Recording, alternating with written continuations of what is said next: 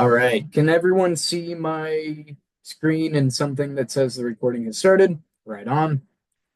So what we are doing right now, again, you guys for the last 25 minutes or so have taken the screenshot that I posted under February 3rd module for the in-class work, right? I posted this and the goal was to replicate using 8-inch generic exterior walls and 4.5-inch partition interior walls.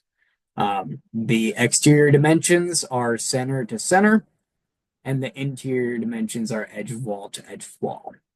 So it seemed like everyone, for the most part, got the exterior walls. So that's where we're going to start, is right here with having all the exterior walls done, and we're going to draw in the interior walls and go through a couple different steps that's going to make this align. Keyword align, right? That's a great command. We'll go over that, but it's going to make the walls align with each other. Okay, so I'm going to draw this wall right now using a wall architecture from my palette here. I'm going to make sure that I choose the interior 4.5-inch partition. And I'm going to draw from this corner. And we could do this. Why don't we just draw one little wall? Let's just draw that for now. Okay. The biggest thing about drawing walls is once you align them and you draw these little stub walls, you can actually just trim them together so they just join, right? So if I've got this little wall right here, and I'm going to turn the thick line, thin line off just to make this a little easier to see. But right now you see we've got, if I grab a dimension between the edge of here and the edge of here, we've got 1 3/4 inches. And the edge of here and the edge of here, we've got 1 3/4 inches. So what it's done is it's taken this wall that is 4.5 inches. It's taken the 3.5 inches size difference between the 8-inch wall and the 4.5-inch wall and split it evenly, giving us 1 3/4 inches both sides, right? Does that make sense? Anyone have questions about that? All right. So I just gave you these dimensions. Again, these dimensions you don't necessarily need. However, they could prove to help you if you wish. So I'm going to go ahead and delete this bottom one, and I'll show you why this other one will help. So if you take this wall, so say right now I used the edge of wall to edge of wall, right? So if I took and selected the small interior wall, since this dimension is based off of that interior wall and the edge of the exterior wall, right now it's telling me I've got 1 3/4 inches difference. Well, if I just went in there and typed in 0, that'll pop that wall right in alignment, right? It's saying, hey, there's 0 inches difference. Let's line these things up. Okay. Is that the only way? Absolutely not. Okay. That's just a convenient way that if you have it dimensioned, you can utilize that to move the wall. Okay. The way that I would like to look at is using our align tool, right? So last week we started looking at modifiers, right? We looked at, I believe, the move modifier, the copy modifier, the rotate modifier, the mirror modifier, right? We looked at all those last week. Did we look at align much? I don't think we really did. So these are more of like how to just take an object and do something with that stationary object, flip it, rotate it. Align is more of a tool that's kind of like trim, where you're taking an object and saying, hey, I want this object to move to another location, or I want this object to join another object. Okay. So what we're going to use right now is the align tool right here. It's this little rectangle with the big rectangle. What it's representing is saying, hey, I want to take that little rectangle and align those two left edges together. And that's what you're seeing right there, right? Both those left edges of the icon are aligned for the top blue rectangle and the bottom rectangle there. So again, align works by telling Revit where you want to align to, then what you want to align. So we're going to use the align tool, and I'm going to choose where I want to align, which is the inside of this wall, and what I want to align, which is the inside of this wall. Now, since it's a fixed 4.5-inch wall, it's going to move the whole wall. It's not going to stretch that wall out, right? This wall has got a fixed thickness to it.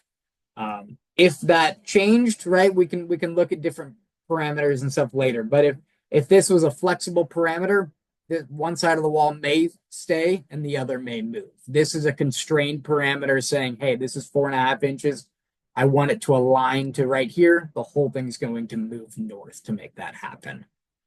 Okay, so that's wall number 1. Let's draw wall number 2, which I'm just going to draw off of this corner. And again, same type of wall. You can come up here and go and click wall. Now, the other thing is if you've got a wall type that right now we've got all these exterior walls.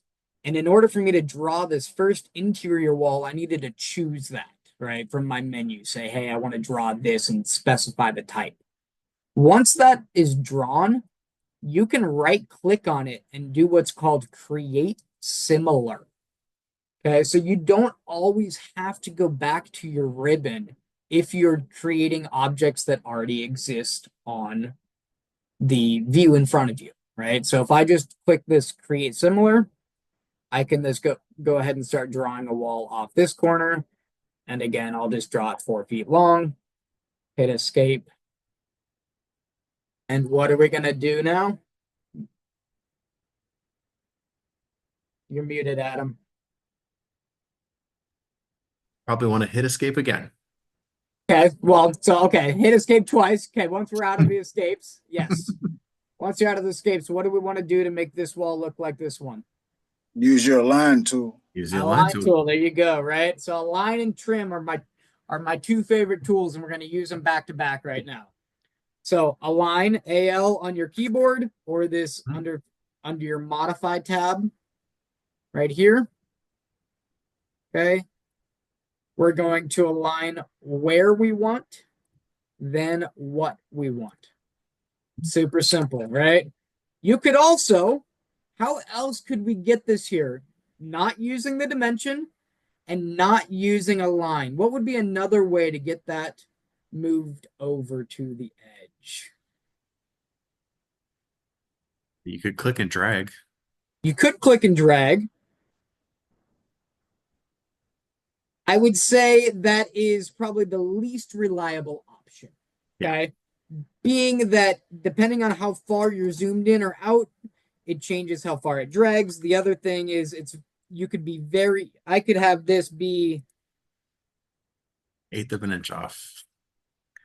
Even less. That's a 2/56 of it. 1/256 of an inch off. Okay. So that's what happens when you drag. It looks aligned from here. It might not always be, right? The other thing, check this out. If I dimension this, it's going to tell me it's 0 inches, right? But if I click on this and activate that dimension, and I come and click on that 0, it tells me it's 1/256 of an inch off. So that 0 dimension, even though it's reading 0, isn't 0, right?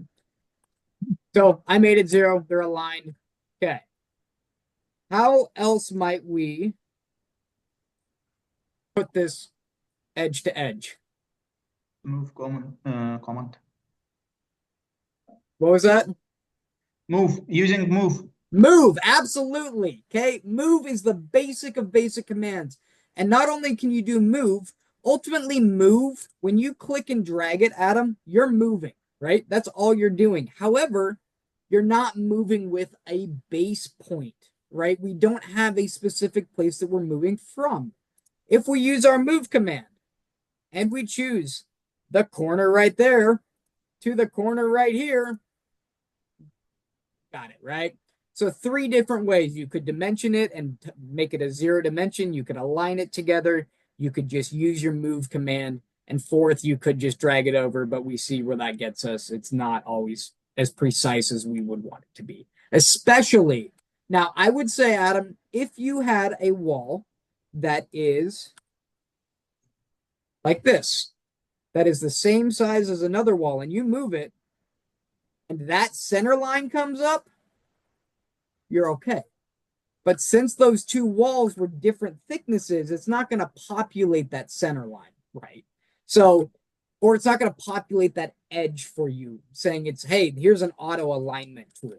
If they are the same size, you sometimes have a little bit of a leeway with it, and it will let you kind of reference line them up. It's not quite the same as snapping in AutoCAD. It's not. It's not. Nope, not at all. And snapping in AutoCAD is the same thing as moving with the base point, right? Mhm. All right. So last thing I said, my two favorite commands were align and trim, and we were going to get to use them back to back. So we align this to this wall. Now it's the simplest command and the best command. We just hit TR or trim. Up here, it's this corner to corner. It's trim or extend to corner. It's just known as trim typically. And it's saying, hey, let's trim this object to that object to make that wall. Right. You Super gotta set easy. it for me to share my screen so I can figure out what I'm doing wrong. Sure. Did that help, Kat? Are you good? You're muted, but We're good, thank you. awesome. All right. I will show how to put the next two walls in just a second, but let's take a look at Tom's screen. Thank you. And here's stop share on mine. There you go.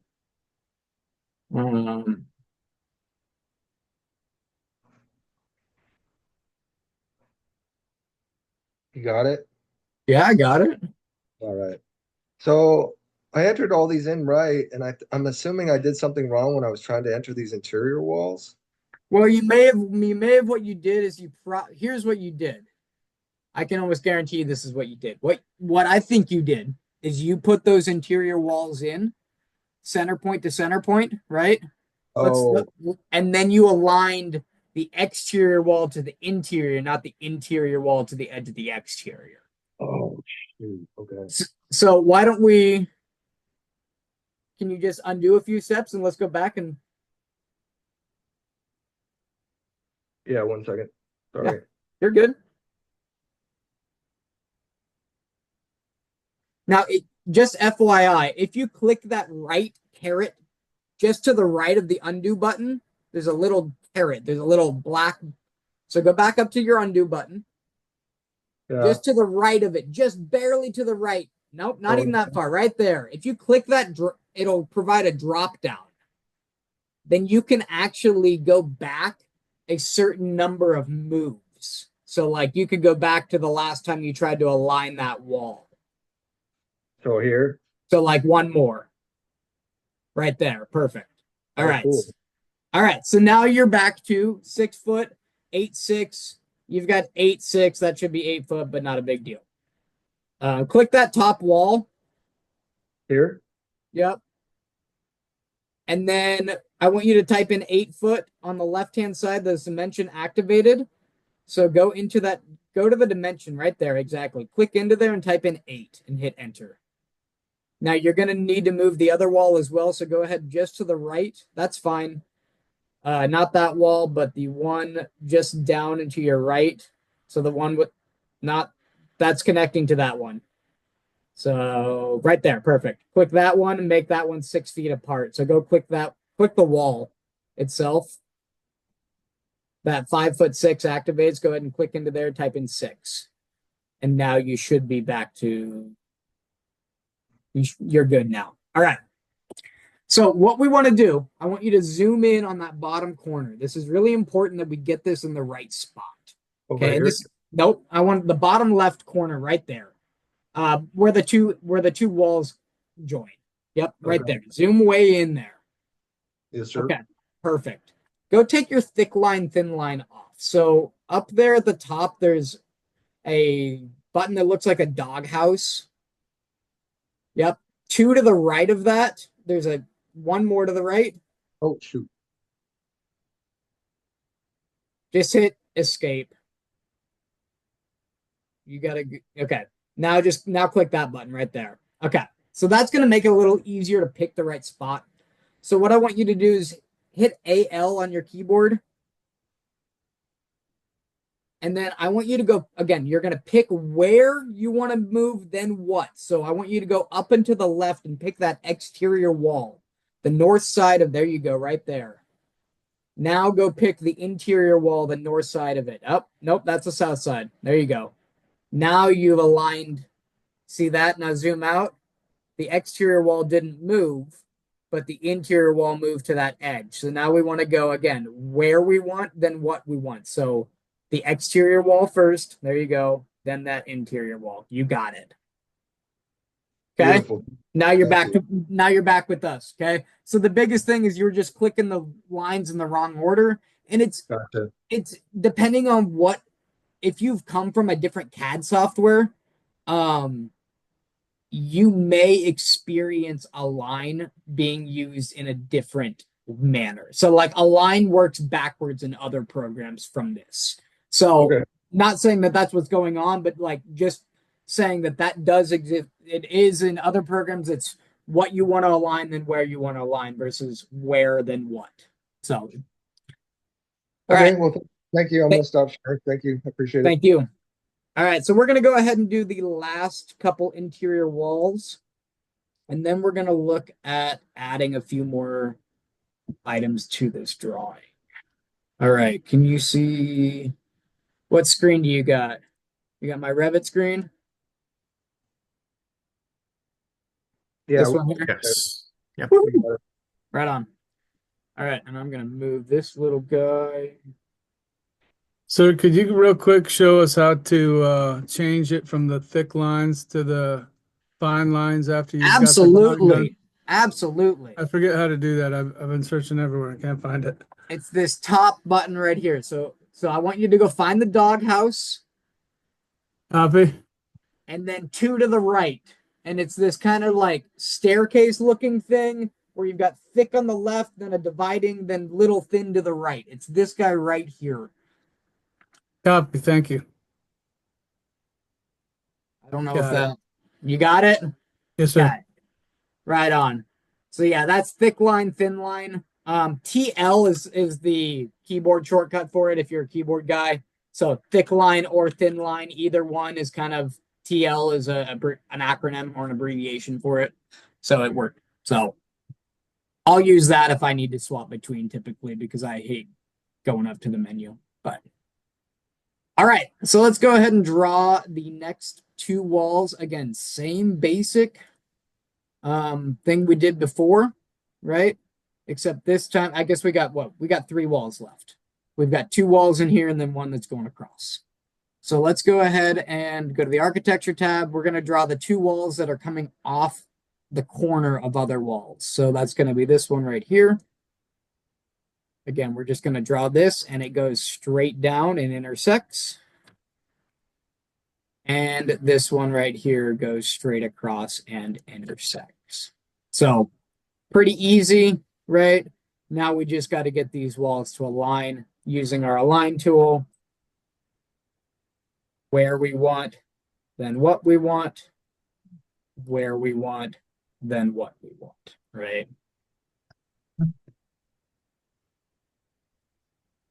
All right. The last one might have been the trickiest of them if you didn't get your dimensions figured out. So this last one, we're going to go ahead and draw this wall. And you know it goes somewhere from here to here, right? Pretty easy. So we're just going to draw from here to here. Call that good for now. Now, we don't know exactly where that is, though.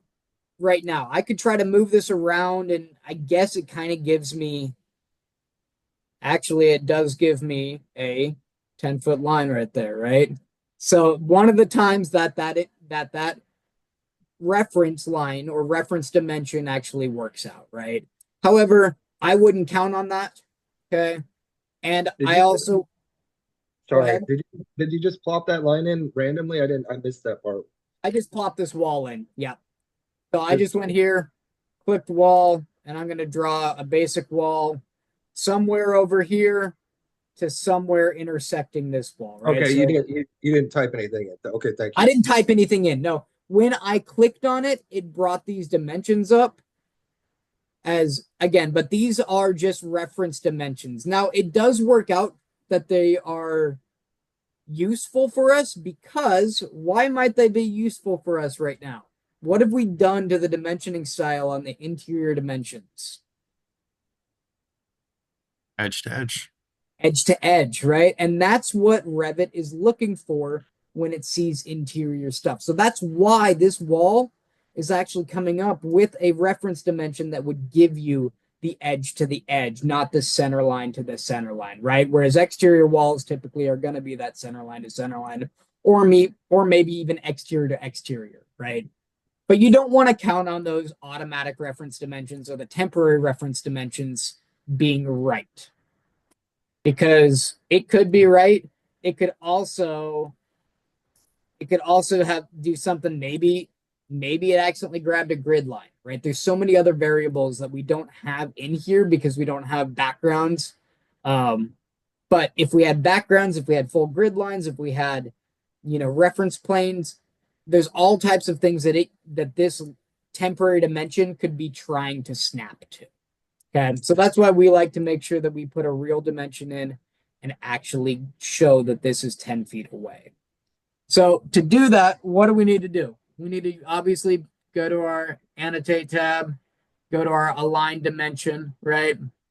But what's the trick to get this to work right? Because if I just go to here, align dimension, and maybe I can get that edge, right?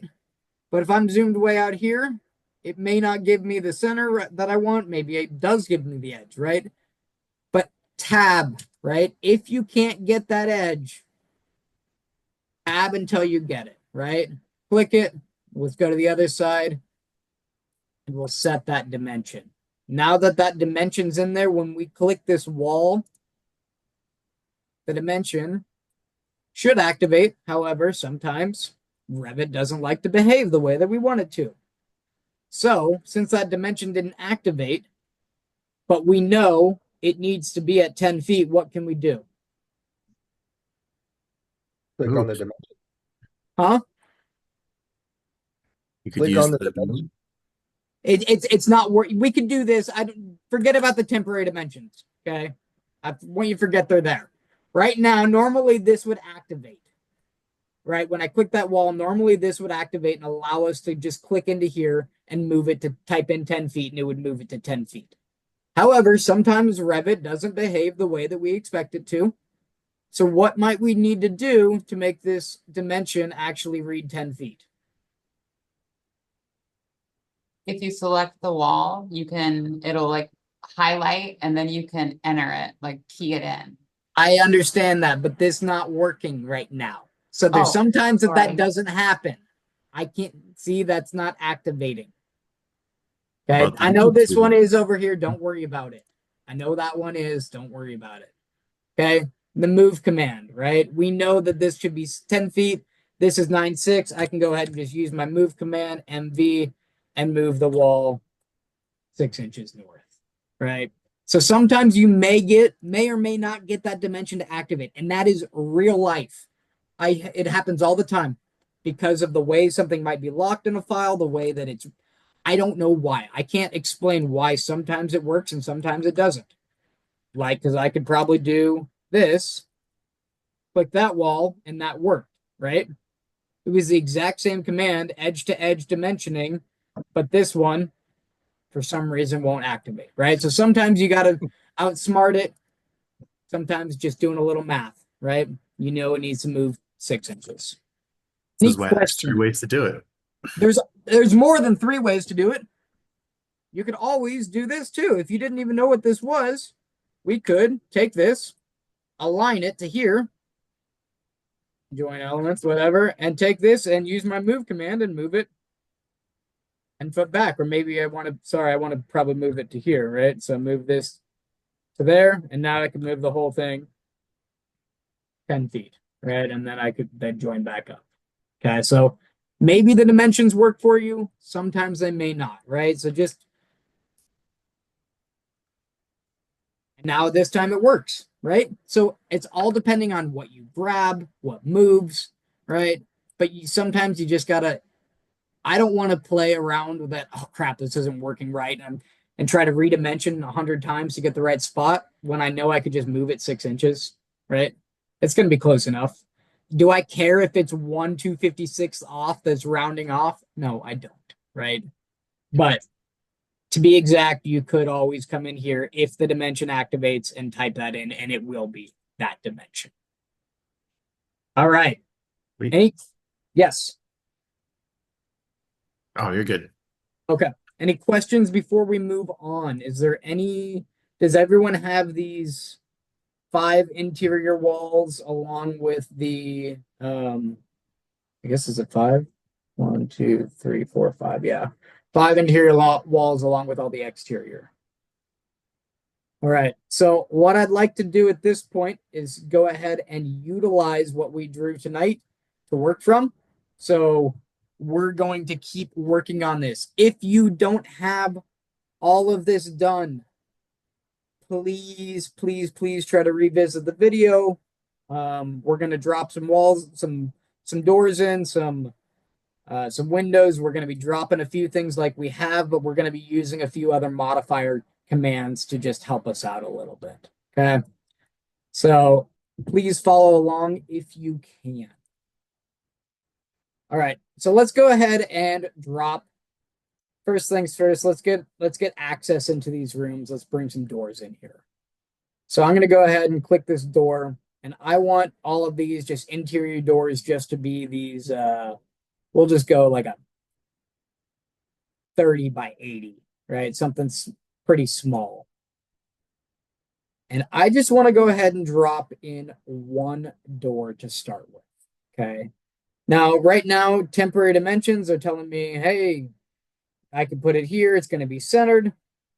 Okay, I'll go ahead and place it there. However, I'm also going to confirm that this is centered by giving myself some actual dimensions. Because it gave me 1'3", but it didn't give me like what the actual center distance was. It just gave me the edge distance off the frame. Did you just go to annotate real quick and do that, or did you? I hit DI on my keyboard, or up here align dimension, or you can go to annotate and click right here. Okay.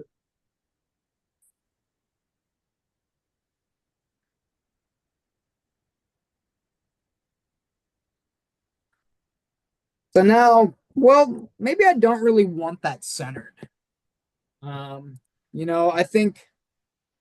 I think I'd rather have this a little bit closer to this wall. And I'm going to make this 2-4. So we're going to have 3 feet to the left side of the door, 2-4 to the right side of the door. The door is going to be opening into the room, and it's going to be what we call a right-hand swing, right? Where it's a right swing opening. If for some reason your door doesn't look exactly like that, maybe it looks like this. Okay? We can fix that. When you click on your door, you have some flip arrows that come up. And this will allow you to either flip the door swing from left to right, or from an outswinging, opening the door, or a pushing in swinging door, right? So these arrows will allow you to toggle, flip, do whatever you need to get that door in the correct orientation. Any questions with that? Cool. So that wasn't a lot of work, right, to get that door there, but it was a little bit of work, right? We had to place it, we had to dimension it, and we had to make sure it was flipped, oriented the right direction, and flipped so it's facing, a right-hand swing and opening in, right? Well, if I didn't want to do that again, but I wanted to place a door right here that mirrored this, we can use our very awesome modify tool, our mirror tool, to just go ahead and take what we've got here and make a mirror image to go into this room. So we used mirror a little bit last week, but let's go ahead. If we click on the door, And then we go to this tool right here. It's called mirror pick axis, meaning that I'm going to mirror and I'm going to pick the spot that I want to mirror about. If you choose the mirror draw axis, you will choose the door you want to mirror and then you will draw the access point. So I always like to pick the axis if I've got one. So I'm going to use mirror pick axis. So it's saying, hey, it already knows I'm mirroring that door. I want to mirror right here about this interior wall. And now I've got a spitting image mirrored on the other side, right? And we could go ahead and take this, expand our, edit the witness line and expand our dimension string and check. And sure enough, let's see. Right now it's going 2.4. So that would then be, right, we got a 4.5-inch wall. So you got to take that out of the middle. And then you've got 2.4 flipped to the other side. Does that make sense? Any questions about that? Again, if you wanted to make this outswinging, right, we can just utilize these flip toggles to change the door swing in or out or left or right. For some reason, mine's not Okay, go ahead and share. mirroring properly.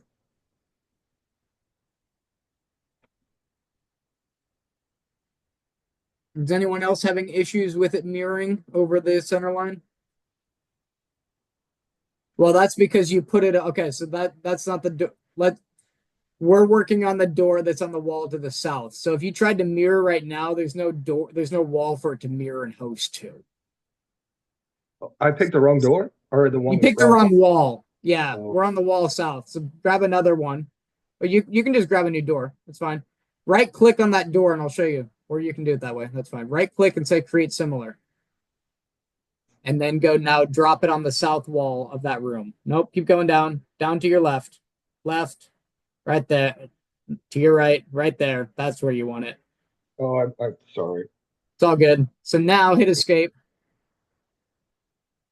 And it should be in alignment with the other one, but it doesn't look like it is necessarily. Oh, looks like it tried to center it up.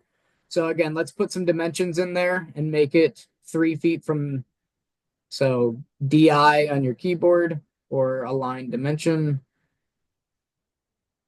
Yep, there to the center, go to the center of the door. Yep, and then to the edge wall of the next, yep, right there. Perfect, click, drag that down. And now when you hit escape, and then click on the door, now that dimension activates and we want that one to be 3 feet. Perfect. All right. Now let's try your mirror command. So select it, go to your modify mirror, choose the wall. So you've already got, you want to choose the wall between the two rooms. So not that wall, the wall going north-south. There you go, right there. Now it's going to flip you one on the other side. Oh, okay. Got it. Perfect. Thank you. Yep. Thank you. All right. Any questions on mirroring before we move on to another modifier? And again, am I sharing Revit? Again, it doesn't show me which screen after I hit share. Yes, you are.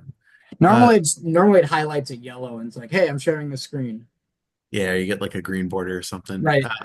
I got the mirroring. Would you mind running through the editing the witness line again?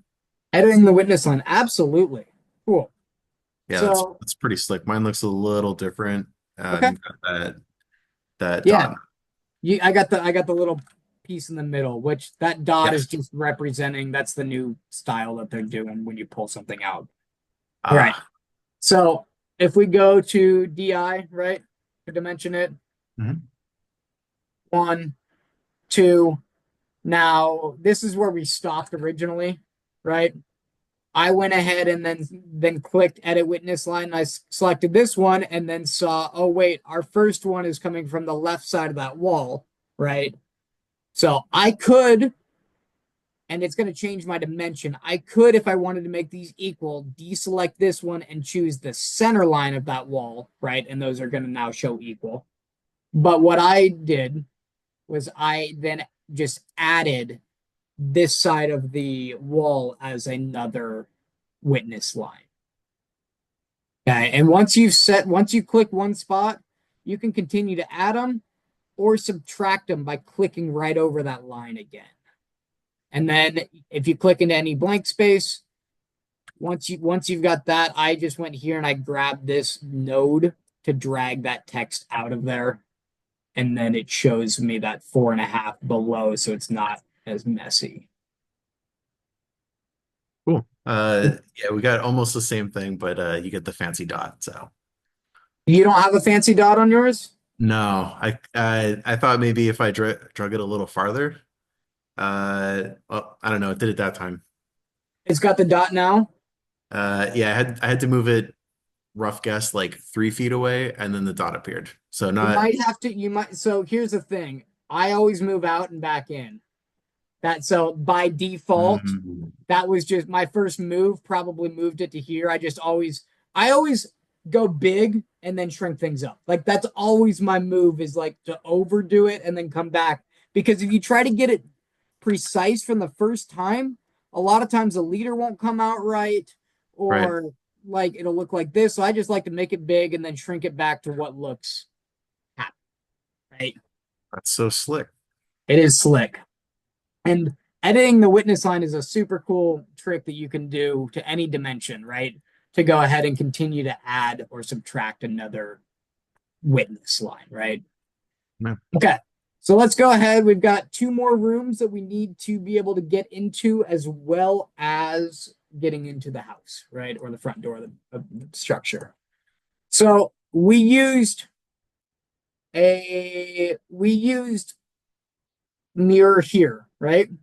Well, let's go ahead and see about trying to mirror someplace else. Okay. So maybe this is a closet, right? A lot of times closets, like you pull open the door, maybe you don't push it in, right? Because you've got a bunch of crap in there that you want to leave space for. It all depends. A lot of times going into a bedroom, going into a room, you always push the door in, right? But a closet is it depends. It's 50-50, right? But that's one of the instances where we could actually pull that door open. So how might we, with our mirror command, put this door over here? We got to do one thing first, but it's not very hard. To draw the wall in the middle of the Draw a wall in the middle. Perfect. So that's a great idea. I don't want to necessarily put a wall in the middle, right? Because I don't want to draw more walls. I don't want to draw stuff content that doesn't need to be there. But what we're going to do is the exact same thing. We're just going to temporary line. we're going to use a detail line. Exactly. So now when we draw a detail line, what is one of the things that comes up when I start trying to select a wall? Right? You see some things that pop up here. What's that little guy? Triangle is the middle of the wall. Triangle is always your midpoint. Okay? Always, always, always your midpoint. So we could grab the midpoint of this wall. And now, is that going to be the midpoint of this next wall? Probably not, right? Because if you notice, this wall extends about, 2 feet into this other room, right? So we don't want to draw just being blindsided and being like, oh, I got to draw midpoint to the midpoint of that wall. And if I try to mirror across that, it's not going to let me do it, right? It's saying, hey, these are not aligned with each other. You can't do this. But we do want to use that starting midpoint.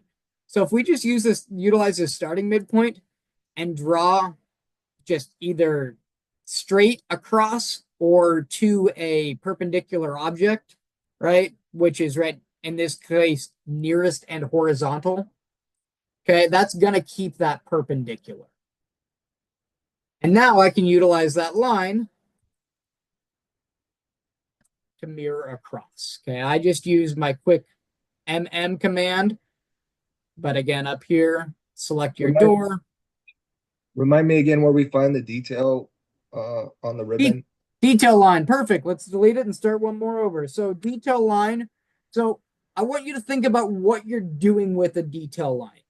This is for everybody, right? This is how Revit works. Okay. When you draw a line, when you dimension something, you are what's called annotating. You're Yeah. annotating the drawing. So that all of those items live in your annotate tab in the Perfect. ribbon.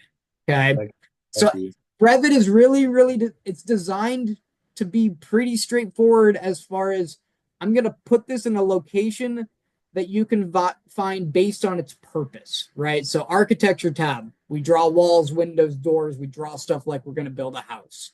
Structure tab, we're not going to get into, but that for big buildings, we're talking all their beams, all their concrete, their flooring, right? All of that type of stuff for a multi-story building. Steel, same thing as structure, just a little bit different because this is now allowing you to put welds in, and you can start running some calculating programs with the analyze tab with that steel. So ultimately, though, everything systems, is it MEP?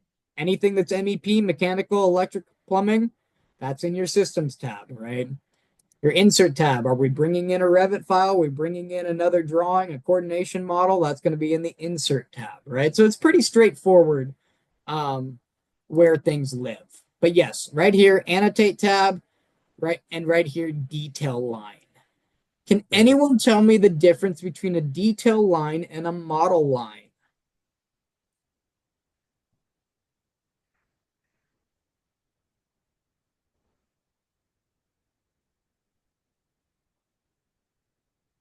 So I don't know if you've had this in your quizzes or not yet. It should be fairly soon if you haven't.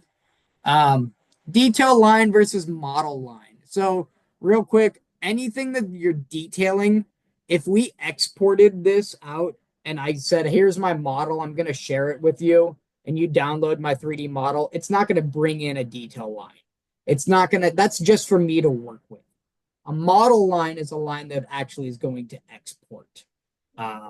So when we're doing any type of work like this, we're always going to be doing it with detail lines, not model lines. Okay. So, which is why they're really easy to find in the annotate tab, right there, detail line. Again, we're going to draw off the center point of our left wall of this room. And technically, I don't even need to draw this all the way. I could draw this 4 inches. Okay.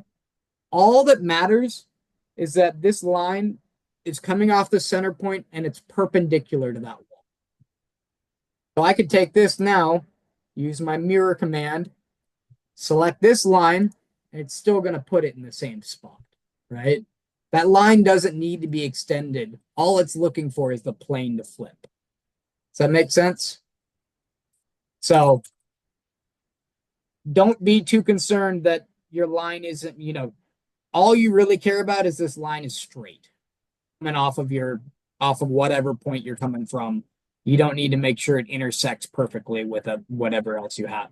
Now, if it is drawing at an angle, that's where you get yourself into trouble, especially if it's at just a slight angle that it's like that and it looks pretty straight, but you can kind of see there's a little bit of a wave to it. You can kind of see that dropping. So the one thing that you want to make sure is when you're drawing detail lines, they're always straight, whether it's straight at a 0-degree angle, a 30-degree angle, a 45-degree angle, whatever it is, you want it to be straight. That makes sense? You don't want things wavering just a hair, because then you can't really do anything with them. You can't mirror across them. You can't measure off of them because you don't know where that actual endpoint is supposed to be. All right, let's place one more door. We can just use one more of these. That's fine. And I'll just create similar. And Johan, quick question. Sorry. Yes. Do you usually delete this line immediately after you use it, or you stay it in the. I typically will delete it. So my Okay. workflow would be delete it. Now, if you've taken my AutoCAD class, you'll know about what we call construction lines and putting them on their own layer. Mhm. You could do that with this program. However, and if you wanted to leave your detail lines there, you totally could. It doesn't matter. We could always come back, like here, we could always go into your template or your visibility graphics and turn off your detail lines. Oh, okay, got it. Mhm. So you could go to lines.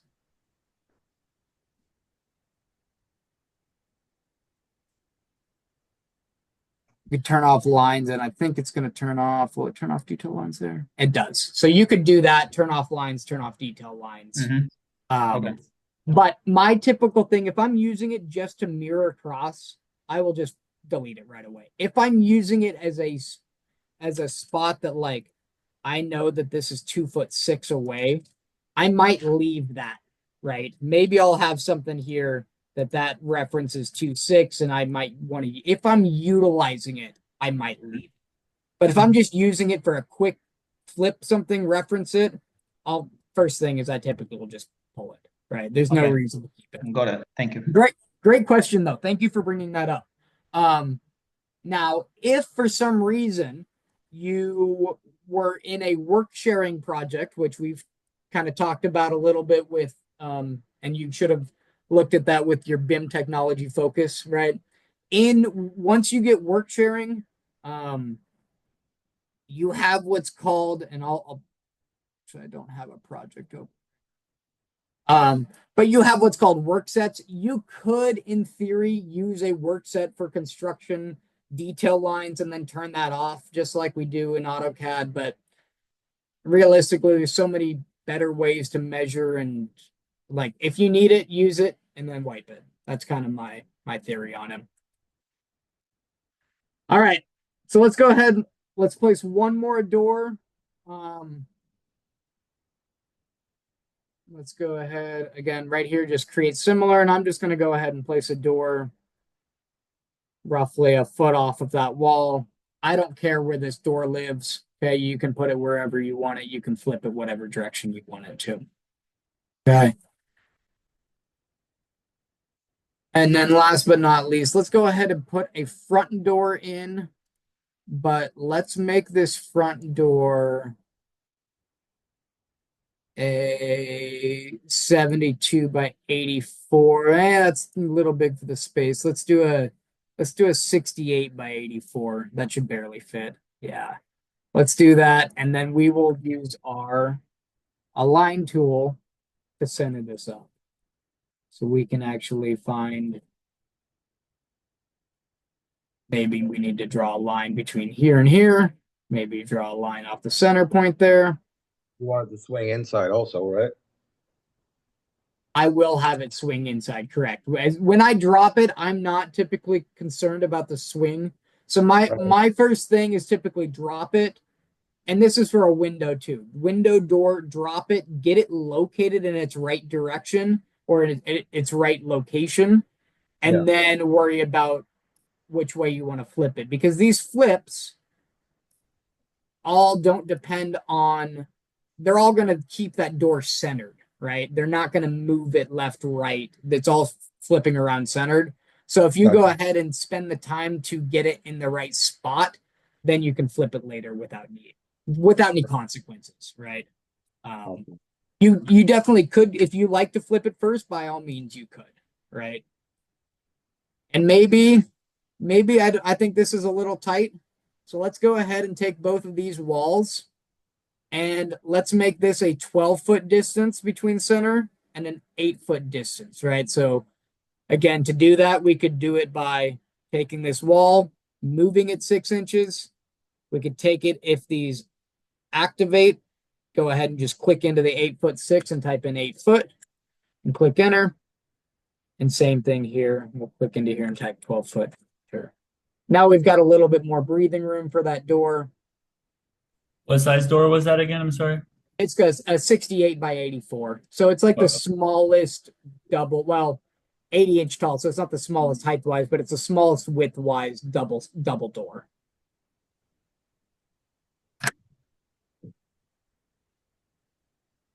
Hey, Graham, I got a question. Yes. Yes. Right there where you put when you started on that very first door. where This one it's- here? Yeah, where it's 3 foot. Okay, Yep. well, right to the left of that 3. There's not a dimension there. How would you measure that out and put a dimension right there? Can't cut instance. So you want to go, No, the wall. Yep. Right. Well, do you want to, yeah, that wall right there. you want to measure from here to here? No, from top to bottom, north to south. Here to here. Yeah. Okay, so just like you would with anything else, right? We're going to go to that annotate align dimension, choose this edge of the wall, choose this edge of the wall, and then you can pull that out, and that's your edge to edge distance. All right. Cool. Because I didn't see it on the in the homework. It's out here because we had the we had the center to center of the exterior walls, and then this interior was aligned to the north edge of the exterior, right? So that I didn't give you every dimension that you could possibly need, but I gave you enough to draw it, right? Right. All right. Hey. Thank you. Yep, absolutely. So you said 68 by 80? Yeah. 68. 80, I got 68, 84. 68 by 80 works. I don't care. Either one of those is fine. Okay, yeah. I just when I placed it, it said, place it. It says error. Can't cut instance of 68 by 80. All right. Let's stop. I want you to. I'm going to stop my share. Go ahead and share yours, please. Okay, hold on. Yeah. All right. Yeah. See. Okay. So, and we went ahead. So let's go ahead and hit cancel real quick, and let's take a look at what your wall is. And so, if you click on that wall, This one. Yep. This one. nope, the one that you're going to drop the door into. That's 6'6". So I don't know what happened. Can you go to your 3D view? So I'm not sure what happened here, but that looked like that wall was only 5 feet tall. Oh, I know. It's because I was doing I some know other- it's because you were doing something. Yeah. So, but that's why. So go ahead and make that wall, like just grab that drag arrow and just drag it up real quick. All right. Yeah. So now if you drag that up to just keep dragging it, you should actually get a little, it should give you a, nope, never mind. I thought it would give you, You gotta zoom in.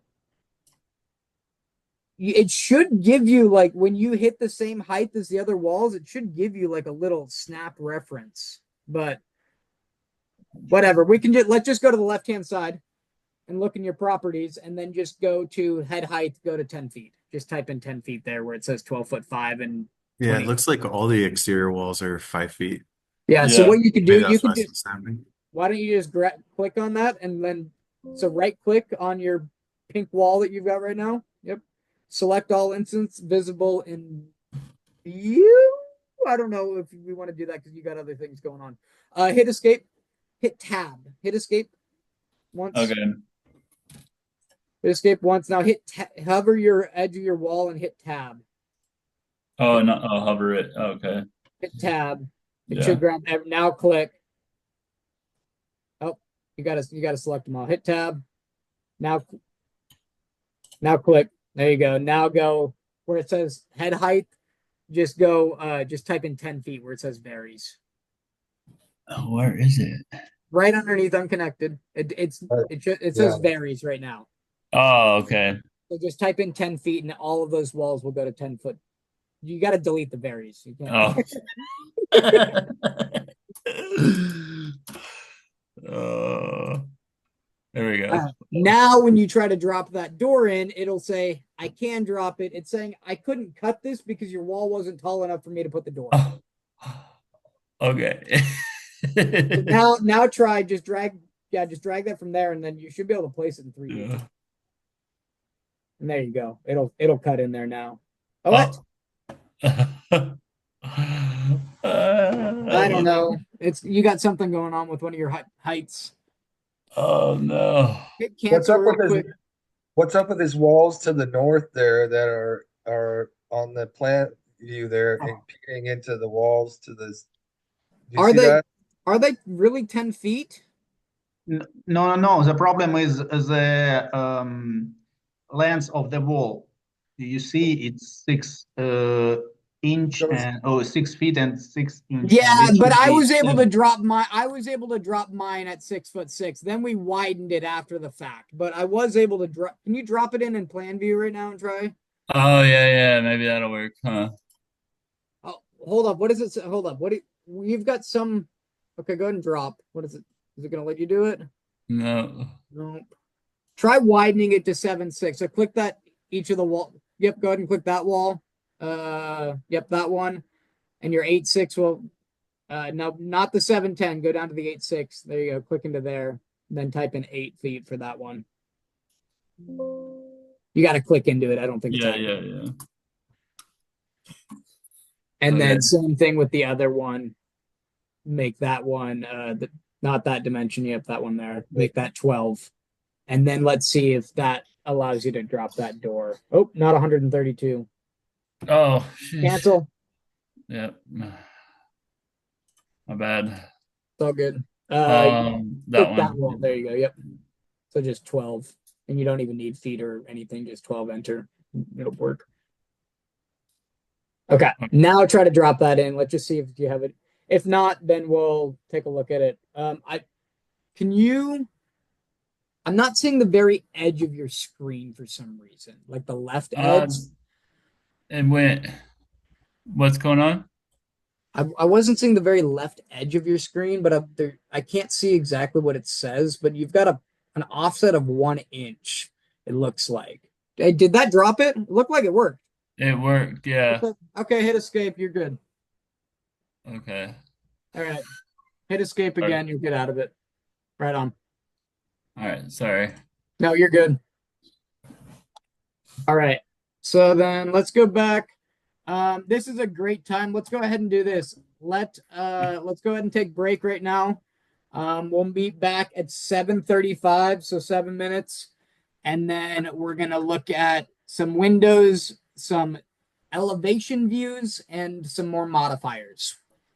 Okay, so 7:35, take a 5-minute break real quick, or 7 or whatever, grab some water, and we'll meet back at 7:35.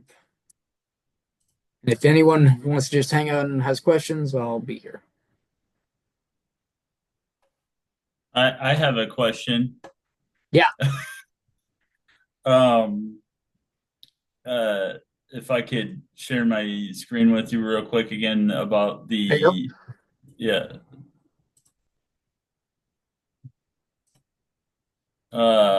So Did you get all those walls? Wait, what are the height of your interior walls? They must be really tall, is what's going on. oh, okay, yeah. That's why it looks funny. Click on that one. Oh, they're not Well, like connected weird. Yeah, but just click on it and then right click it. And then go select all instances visible in view.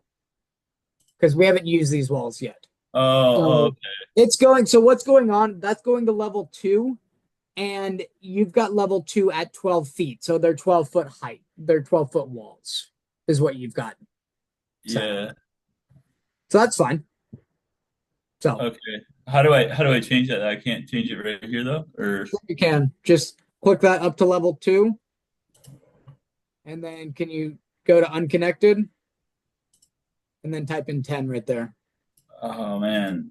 So I wish instead of it saying, "Hey, I'm going to constrain you by the level," now I'm saying, "Hey, these can be 10 feet." Oh, okay. So Man, that would have been helpful when I was doing this. oh man, How much rendering have you done? How much material loading? Yeah, man. Well, quite a bit. Yeah, it looks like it. This your final? Uh, Just Yeah. working on it. This is what I did for my AutoCAD final, okay. and like, I don't know. Now it's snapping over to that one. The You're just building off your AutoCAD panel. Yeah, yeah. This is Just the take. house that I've been wanting to, that I've been, What's going on with your stairs there? I don't know what's going on with it. I've been, What's going on with your stairs? Are you? yeah. You're in a plan view. Why does it? Can you go to a 3D view? Yeah. Oops. Where they met up at the landing just looked really funky. Yeah. See, look at that. Look at the landing. Not the mid landing between the two of them. So where that railing is, the one that goes, not that railing, the other Oh one. yeah, right there. This thing, yeah. Oh, it jogs out. Yeah, like it's fun. Well, like jogs in is what it does. You Yeah, gotta look at it from top, and it jogs back in. yeah, yeah. I don't know. It looks cool though. That's just what. That's Uh-huh. just like when I did the stairs. That's what it came up with. That when I finally figured it out. Right on. Yeah, they're metal, I think. Yeah. Anyways, So did you click on one of your beds? What do you have? Can you change it to shaded instead of realistic? Not go down to the blue box at the bottom next to the checkered board in your bottom ribbon. right Right there. there. Yeah. Change that to shaded instead of realistic. All right. That's okay. So you were just getting, I was looking, your material was going through your bed for some reason in your realistic view. I don't know why. Can I share my screen when you get a chance for just a second? Yeah. What do you have a question on? Me? Oh, No. I had a question on Sorry. that. Sorry. I had a question how it add a deck out here, like in front. I On the would ground.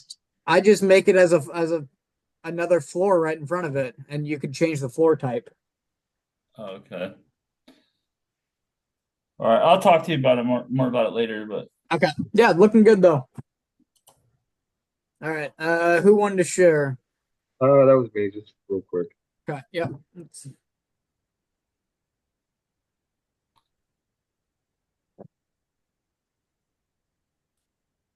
So this is my, you see it? This is mine again. The walls are too high, so remind me how we want to Oh, adjust. yeah. So why don't you just right click on that right now? And I want you to do select all instances visible in view. And it's going to grab all those exterior walls that are really high.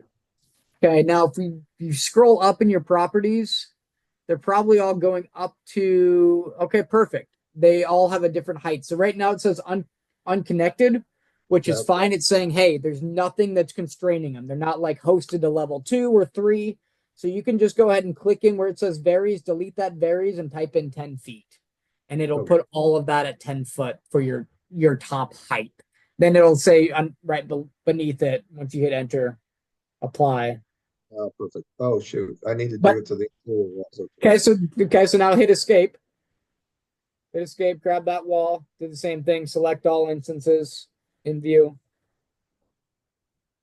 and then drop that. Now, right now, those are all going up to level 2. So in order to change that, we need to take that and say that they're unconstrained. So click there. Yep, or unconnected. And now you can change that 12 to a 10 foot. But if it was saying level 2, it wouldn't let you change that until you remove the top constraint. Awesome. Thank you so much. You're welcome. Absolutely. Anybody else got anything before we move on? All right. All right. So part of our template, let's go ahead and let me share get my screen sharing again.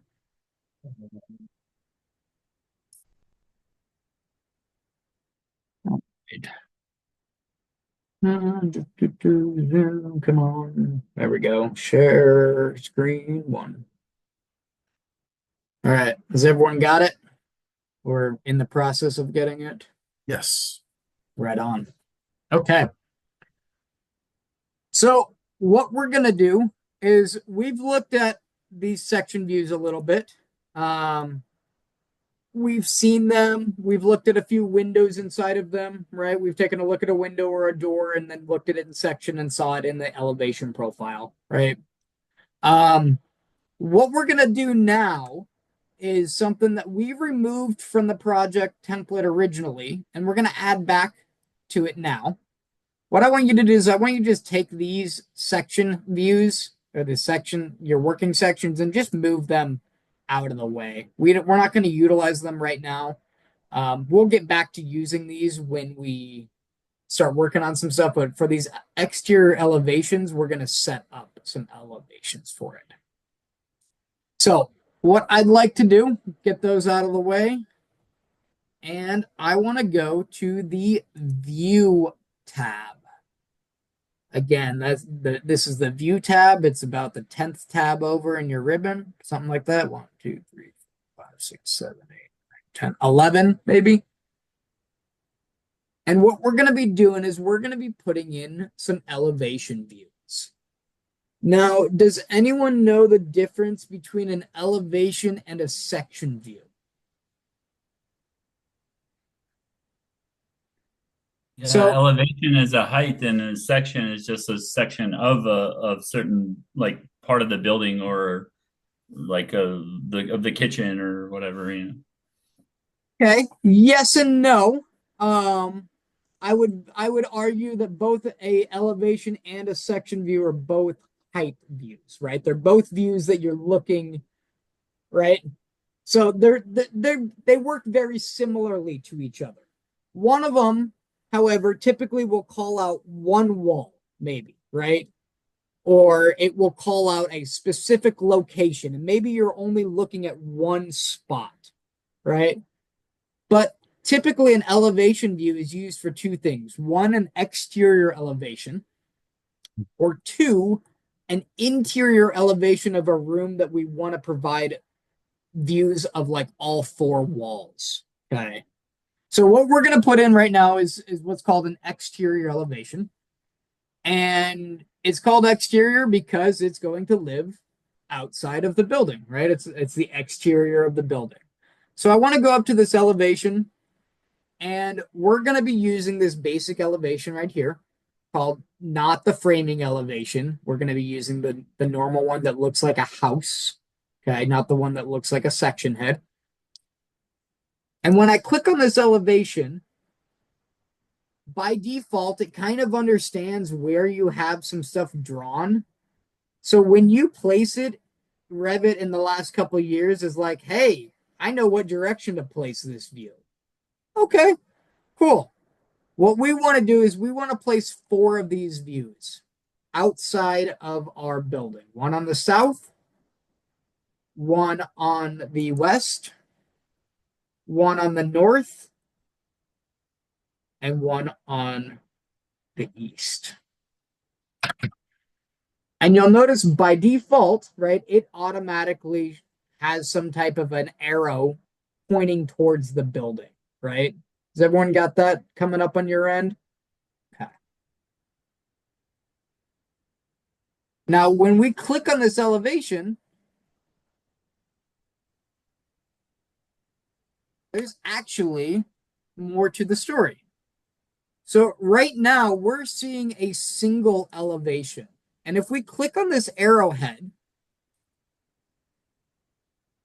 see, it kind of gets a little tricky. You got to click right there on the, I like the left-hand side of this kind of black triangle.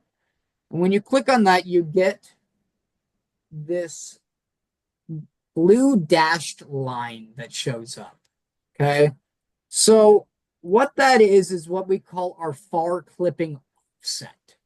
So we want to make sure that we take our elevation far enough into the building to capture all the exterior walls that are on the side that the elevation's on. So what I mean by that is I don't want to take this elevation to here, because when I go to look at this elevation, I can't go to view. I can't just click on it. Oh, go to view. When I click on it, and maybe I'll put it in shaded real quick, you'll see that I'm only seeing some of that exterior wall, right? There's this pocket right here that goes in, that goes south, 6 feet south, then comes back out.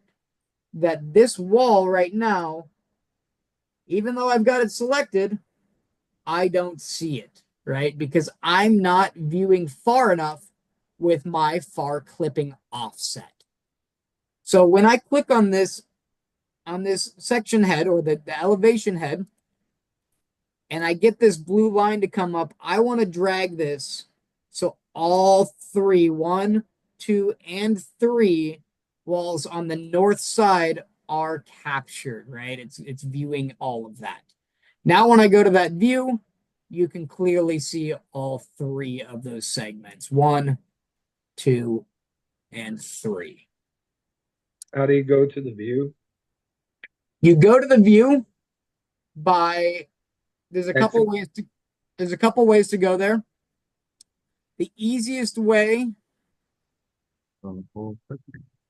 is, depending on how you grab it, if you click on it and right click, now you can't click the actual circle.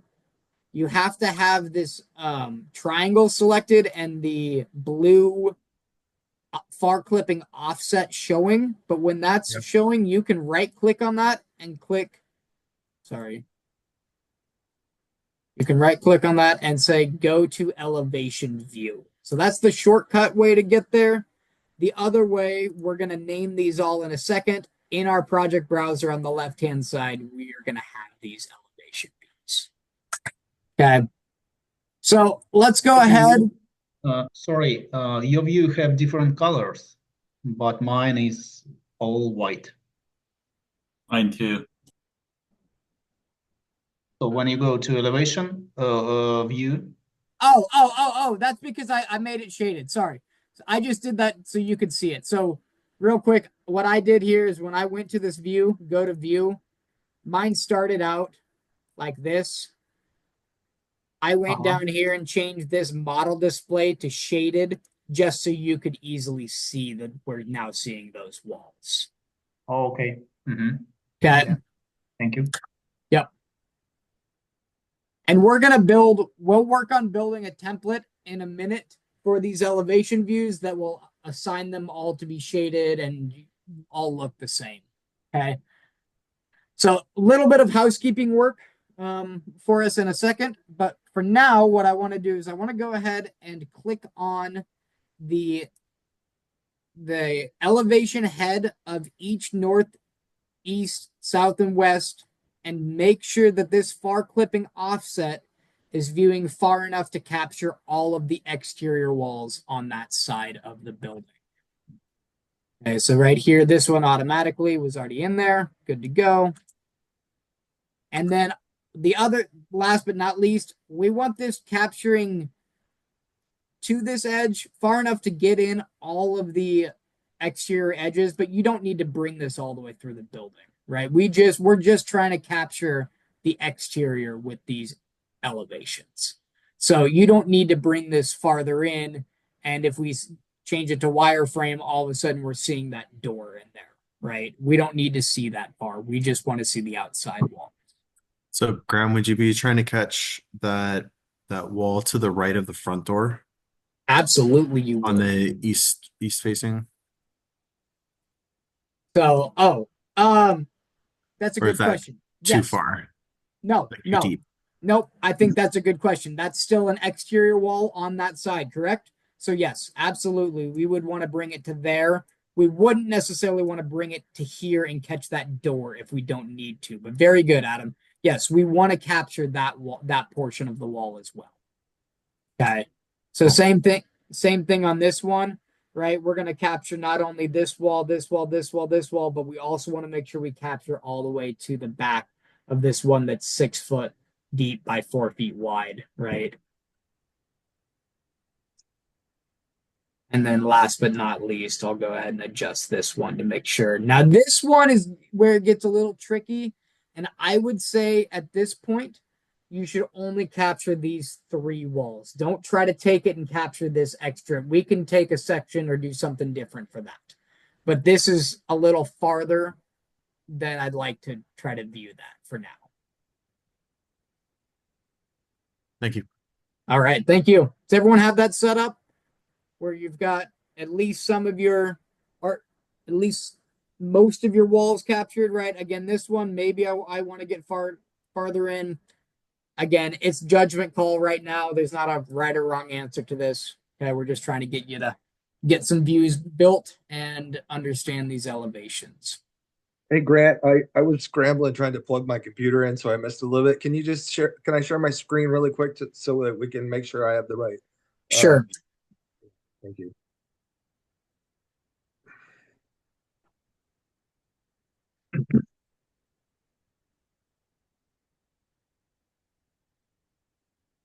All right, so go ahead and hit escape. You've got some scope box selected right now. I don't know what's going on. Hit escape a couple times. I have. Escape on your keyboard, please. I have. Well, you still have you keep zooming in and out, but it's not okay. So you need to go to the modify tab and click the green modify tab at the very right. Oh, So you're trying to edit something. You're in a scope box right now. do you want to left click it?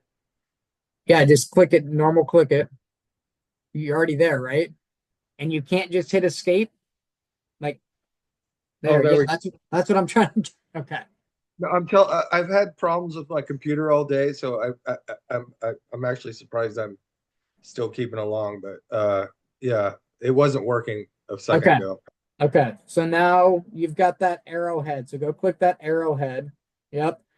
Perfect. So you were able to get, so you've got a drag arrow down there at the bottom of the blue line, the dash blue line. So that's where the section head is, or the elevation head is. Go down with your mouse. There's a dotted blue line that's running halfway Oh, through. yeah.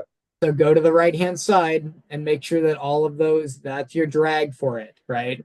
So make Yeah. sure that that's capturing deep enough to get the exterior walls. You don't need to go that deep. So I'd move it back north a little bit. Right there is fine.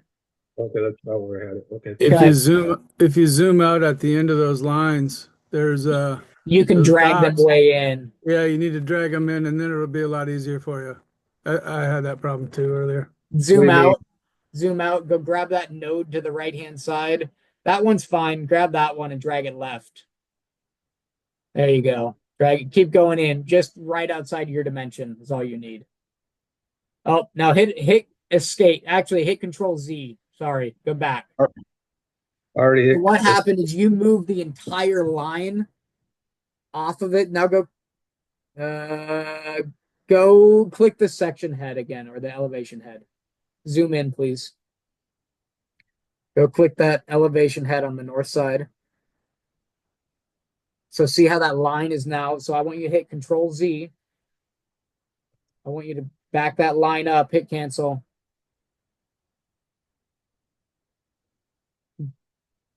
Hit Control Z again, get back, because otherwise it's not going to be connected to it anymore. All right, now go click that section head and see if that fixed it. Zoom into that elevation head, not that top one there. Yep, that one. All right, now it's back together. So zoom out. What I want you to do, zoom out, please. Grab the node and you have to grab the node. The node is the dot to the right-hand side. So keep going to the right. That's the drag bar. The node's right there. So if you grab the actual node, the circle part, and drag it, it will keep that line at the same, drag it left. Okay, see how that's staying at the same elevation or it's staying centered with the section. If you grab the line and move it, it'll move that entire view, which is what you did before. So now I grab this. You're good. That's fine. Yeah. So I don't know, you placed, I don't know what happened to your section on the east side. I don't know if you placed one. You got your west side section. What about your east side? Yeah, there should be a section right there, but I don't see one. Oh, I thought they were all there at one point. So go Sorry. ahead, so go ahead and place one, and then we'll get back to the group. All right. So I'm sorry, I'm in brain fart. How do I place one again? Go to the view tab. Click on the elevation. No, not the section. And then go drag, move your mouse down just to the right. You're placing it right now. Just go move your mouse down into the drawing. There you go. Now hit escape to get out. Okay. Yeah. I'm taking the screen back.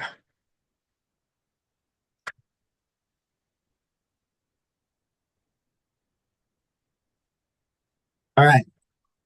So what I'd like to do is everyone have 4 sections or 4 elevations on there. Okay. I want you to go ahead and click on the top elevation. And you can just click on the circle. Let's see, let's go to, it looks like you have to click on the actual, yeah, you have to click on the actual triangle, not the circle, sorry. But if you click on the triangle, okay, I want to scroll down and I want to name this something that's meaningful to me because elevation 3-A doesn't mean crap, right? So I'm going to call this my north elevation. Okay, and then I'm going to go to the east side and call this my east elevation. Mine doesn't have like all of that yours has. It It just does. says It does. Do you have properties up? yeah, I have properties up. It says properties at the top. Is there anything that's collapsed? Because all of this information is default to Revit, so it's not something that you wouldn't have. Do you want to share your screen? Yeah, let me share. See. Okay, click on that down arrow. That's what I'm saying. Yep. Scroll up. You got tons and tons of stuff. There you go. You got all that stuff. Oh, okay. You just were scrolled all the way down. Oh, okay. All right. Okay, so it's still in there. You just got to scroll up and down depending on, and you may or may not have other things collapse, right? This phasing may be collapsed. Identity data may be collapsed, right? For some reason, but make sure that they're open, and then it should just be under the identity data tab section, and then we want to call it like east elevation or whatever. North in this case because I'm facing north or whatever. Yeah. Perfect. Yeah, I've moved on to east, but yes. Okay, so let's name this one our south elevation.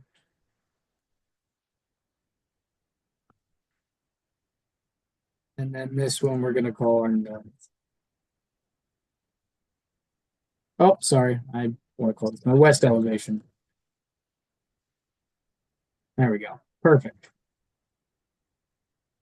And now that these are named, you can just go ahead and double click any of these views and they'll just automatically open up for you. Nice. Okay, so a lot easier to navigate that way. I don't really like, unless it's a section view that like I don't know where the corresponding view is in my project browser, I'll use this right click, go to view. But a lot of times if I know what it is, I'm just going to go to the project browser and just open up the view I want. All right. So we've talked about templates before.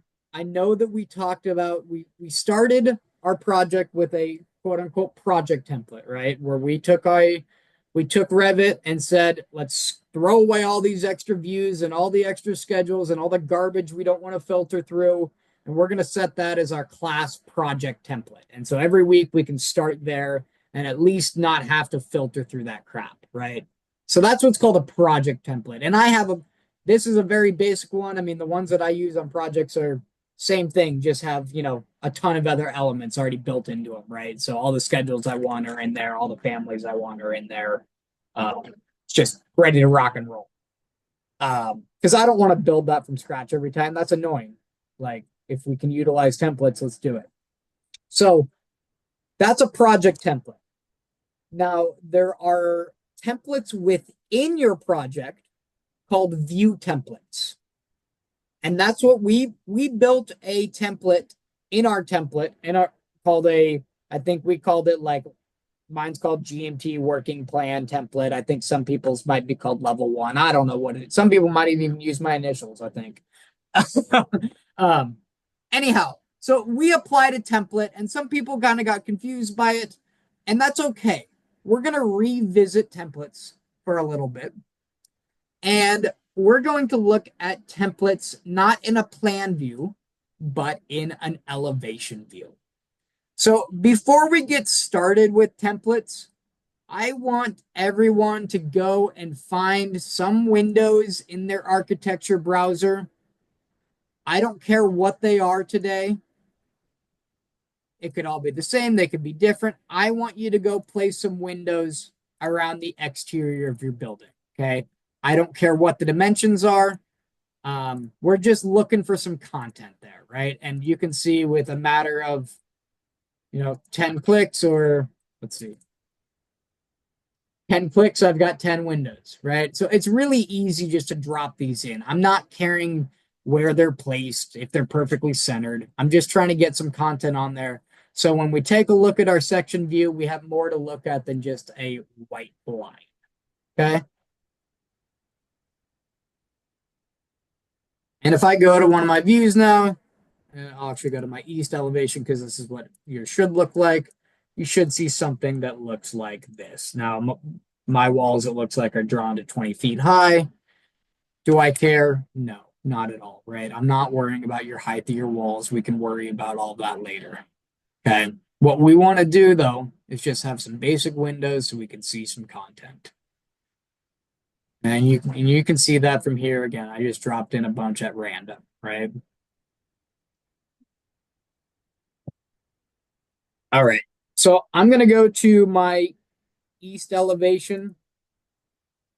And one thing you may notice, you may have a crop view on that is limiting the top of your building. So go ahead and select that crop and drag that top node and make sure you can see all of your building. If you can't see all of your building and you don't see a crop view on, like you don't see that actual crop region being visible, but it's actually being cropped. Let's come over to this left-hand side and make sure that we've got crop region visible and crop view, both these checkboxes turned on. That'll bring up this black border that shows you the edge of your crop view, and you can raise that up and kind of center that around your wall. Okay.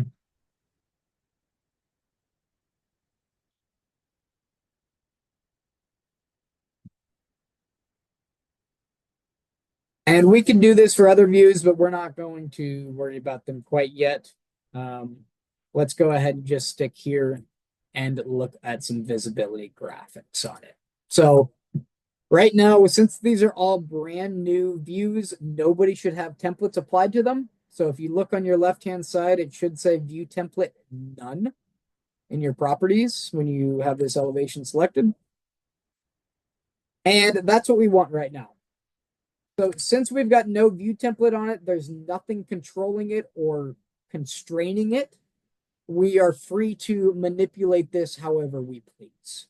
So I always like to view things in fine, right? There's 3 levels of detail. There's coarse, medium, and fine. Coarse is going to give you kind of just your basic overview. If you've got walls or if you've got windows with some different finishes and trim work, you're going to start to see more of that appear in the fine detail level. Okay. Again, right there, you can see when I toggle between coarse to medium, I see a single line as my window pane. And when I toggle between medium to fine, that single line becomes an actual, true window pane divider, right? So it's got, you can see the 8 different windows now that are made up of this 8 pieces of glass, I should say. So not only do I like to view it in fine, but I like some color. I'd like to view this in shaded. So let's go ahead and take this and change it to shaded. And now we see a little bit of gray. Maybe you like it realistic, and it turns it a little bit yellow. Okay, so I don't care what your line style is. Maybe you like to see it in hidden line, which allows you to see through that face, right? Through the exterior wall, and now you start to see some of those interior elements that you're cutting through. Or you could like it in hidden line, which is just, again, when you're in hidden line, all you do is you see that surface. When you're in wireframe, you can see through it. And then when you're in shaded, obviously it's starting to shade things and color it, right? So let's go ahead and put it into shaded right now and be in fine. So let's have both of those 2 options checked. So again, fine right here, and we'll be in shaded as our model display.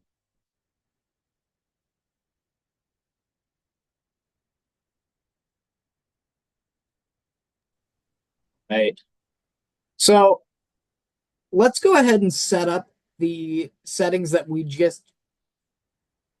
let's take the settings that we just set up and utilize a template.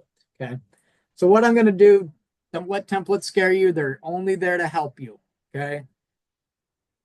We want to go to the view tab. Again, we're going to be in this east view, the one that we changed and made it look the way we want to. We're going to go to the view tab, and on the very left-hand side, you'll see a view templates. If you click this drop down, there's the second one down is create template from current view. And we're going to utilize the second one down. So create template from current view. We're going to name it exterior EXT elevation. Okay, that's the template, right? And I'm going to take that exterior elevation and click OK. Now, one thing that's I don't understand why Revit does this. It's baffled me for a decade, and I still haven't figured out how to get it right.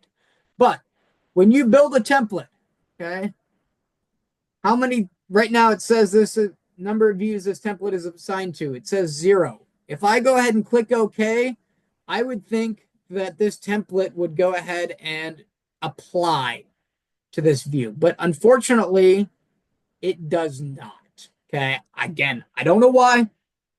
But now if you go to template and click none, choose the exterior elevation. Now you can click OK, and it will actually hold that template on there. Okay, so what we want to do is we want to utilize this to make all of our views look the same. So I'm going to go and just quickly go to each view and change the crop on it just so I can see my whole building.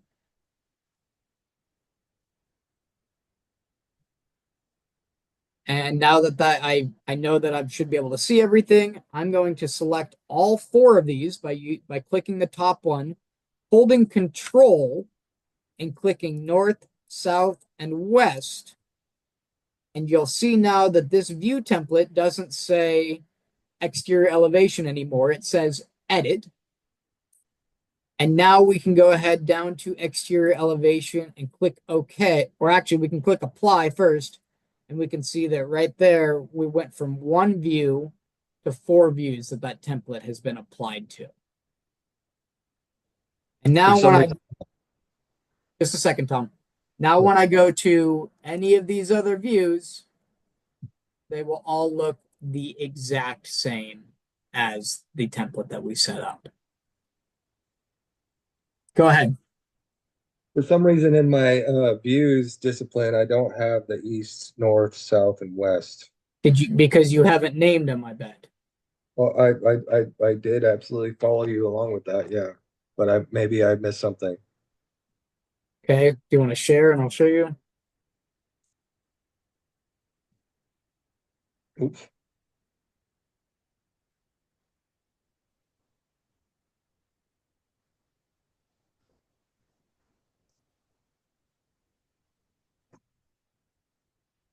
So they're right there. They're just collapsed. So elevations. So why do you have all of these views? So here's the thing. You're not utilizing a template that the template we built. Oh, okay. Yeah, you're absolutely right. I was going to ask about that earlier. I So think I just all of those views are stuff that we've cleared out so we don't have to deal with. They're right there under elevations. If you expand your elevations, so you've got floor plans, you've got ceiling plans, you've got elevations. There they are right there. okay. Yeah, Okay. I understand. Yeah. But that's why you've got multiples, is because all those elevations that we had cleared out at the beginning that Right. are still there. Gotcha. Okay, thank you. So let's make sure that when we're opening or making a new project that we Click and on the select the project and we select the project template that we built. yeah. Okay, thank you. And if you need a refresher on how to do that, I'm more than happy to do that again. Okay, thank you. Graham, Yes. I have a question. So, in my north, east, and west elevation, I can see the sign like L1 and L2. And on the south elevation, I don't have these Okay. two. Sure. Let's can you stop sharing and try to share? I think it's like hung up. It was trying, but it didn't get there. So you'd like I that don't see your screen. Oh, hold up. There it goes. Now I got it. Perfect. So you see in south elevation, I don't have this Okay. L1 and 2. Okay. So let's go to your south elevation. And you've got that turned on.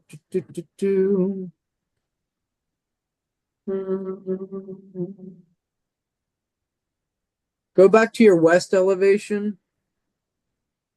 I'm just trying to look and see if there's what I can find for differences, because it looks like they should be there from what I'm seeing. Go to your south elevation again. It's a building elevation. Well, that's okay. Hold up. Wait. I'm confused. You're on south elevation, but your view template, your properties is showing a north elevation view name, but you're in your south elevation. Go to your. Do you see that? That says north elevation, right? But you're in your south elevation. Oh, It's like something's getting hung up. Your properties is not updating. Close your properties and reopen them. yeah.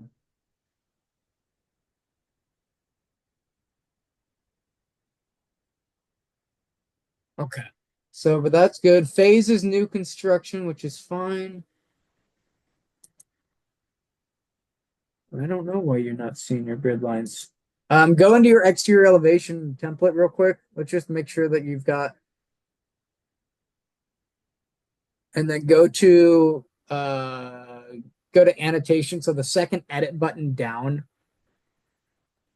Go to the right. Go down about 4 rows up.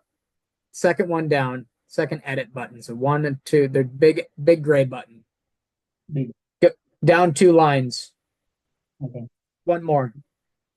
Right there. Click that. Go down to levels and grids. Type in L.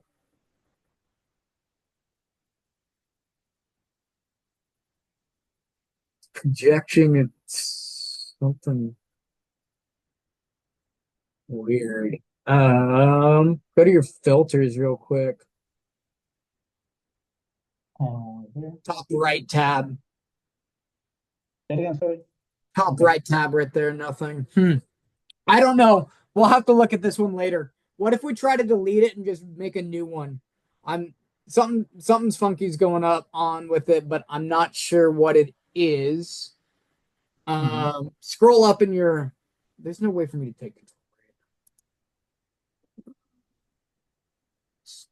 Sorry, hit cancel. Scroll up in the properties.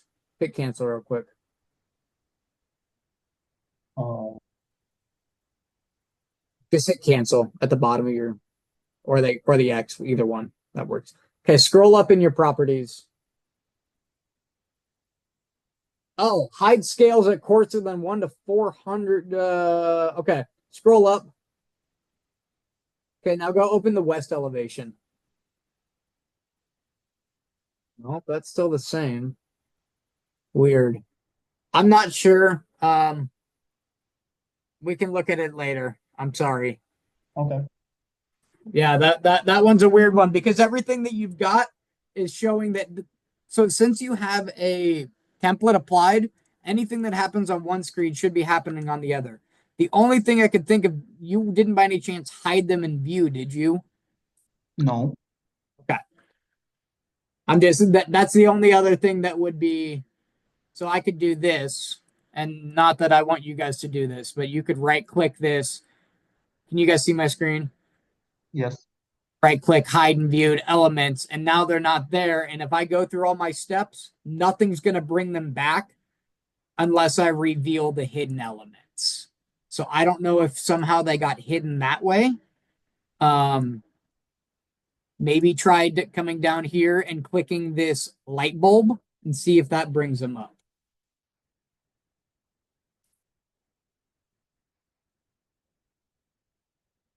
Nope. Nope. Okay. All right. Well, then we will work on it a little later. Sorry, I don't know what's going on, but again, Revit does these weird things sometimes that you just gotta work through it, and sometimes, to be honest, why don't you delete that section and draw a new one and see if that works? That's what I would do. Is just draw a new south elevation and see if that one works. So I don't know why that one's misbehaving. It is. All right. So we now have a template on all of our elevations. So when we make any changes to one of them, right, it ultimately what's going to happen when we make changes, if I go into this template, exterior elevation, if I go down to change my model display from shaded to, let's go to hidden line, and I click OK, not only will this view be hidden line, but so will my east, my south, and my west, right? So all of them are being controlled together. Now, one thing to notice or to note about templates, if you click down here and these are grayed out, they're being controlled by by a template. If you click the visual, the model display, which is, you know, the hidden line, shaded wireframe, or the detail level, and those are hidden, those are grayed out, it means it's being controlled by the view template. Same thing if you go to your visibility graphics and you see that everything is grayed out. It means it's being controlled by your view template. So what that means is, hey, all signs point to the view template. Go to the view template. Now we can edit anything in here. And since it's got these blue check boxes by it, it means it's included in the template and is going to affect all of the templates that this is, or all the views that this template is applied to. So if I change now my model display back to shaded, once again, you'll see that that view, this view, this view, right? All of them are going to be affected. So I use templates all the time. I've got some templates that are applied thousands of times in a project. And it just makes it so everything looks the same, right? All your views are the same. You're looking at, maybe it's a different view. Maybe you're looking at a different part of the building, but you still have the same links on in the background. You still have the same architectural details showing. Maybe you want to see the siding in this view, but you don't want to see it in your interior. So you turn it off on your interiors, but you leave it on the exterior, right? So you can tailor make these templates to anything you need, right? And it's just allowing you to apply this to multiple views at a time. That's all it is. And if you wanted to take this off, you can go to none. And now you've got full control on the outside of your template again. There's no template controlling it. You can go to your VG. All of your model categories are lit up black, and you can continue to work as normal, right? So view templates are just there to help you and help control multiple views so they can look the same. Any questions on view templates? Sorry, Graham, just quick. So I did what you say. I delete the south template, south elevation, and create it, and it works. And it works, right? Yeah. That's what I'm saying. I don't know why it didn't work before. So that's what, when in doubt, if you've got something that's misbehaving, delete it and make a new one. That's my first rule. Because sometimes things do that and you can't figure it out. And there's no rhyme or reason why it's holding the information it does or why it's not doing. Revit has quirks. It's not perfect, right? But the cool thing about Revit is there's 100 ways to do different things, so you can always find a workaround, right? So just because it didn't affect like that template, it looked like it was controlling it, but those elevations weren't there.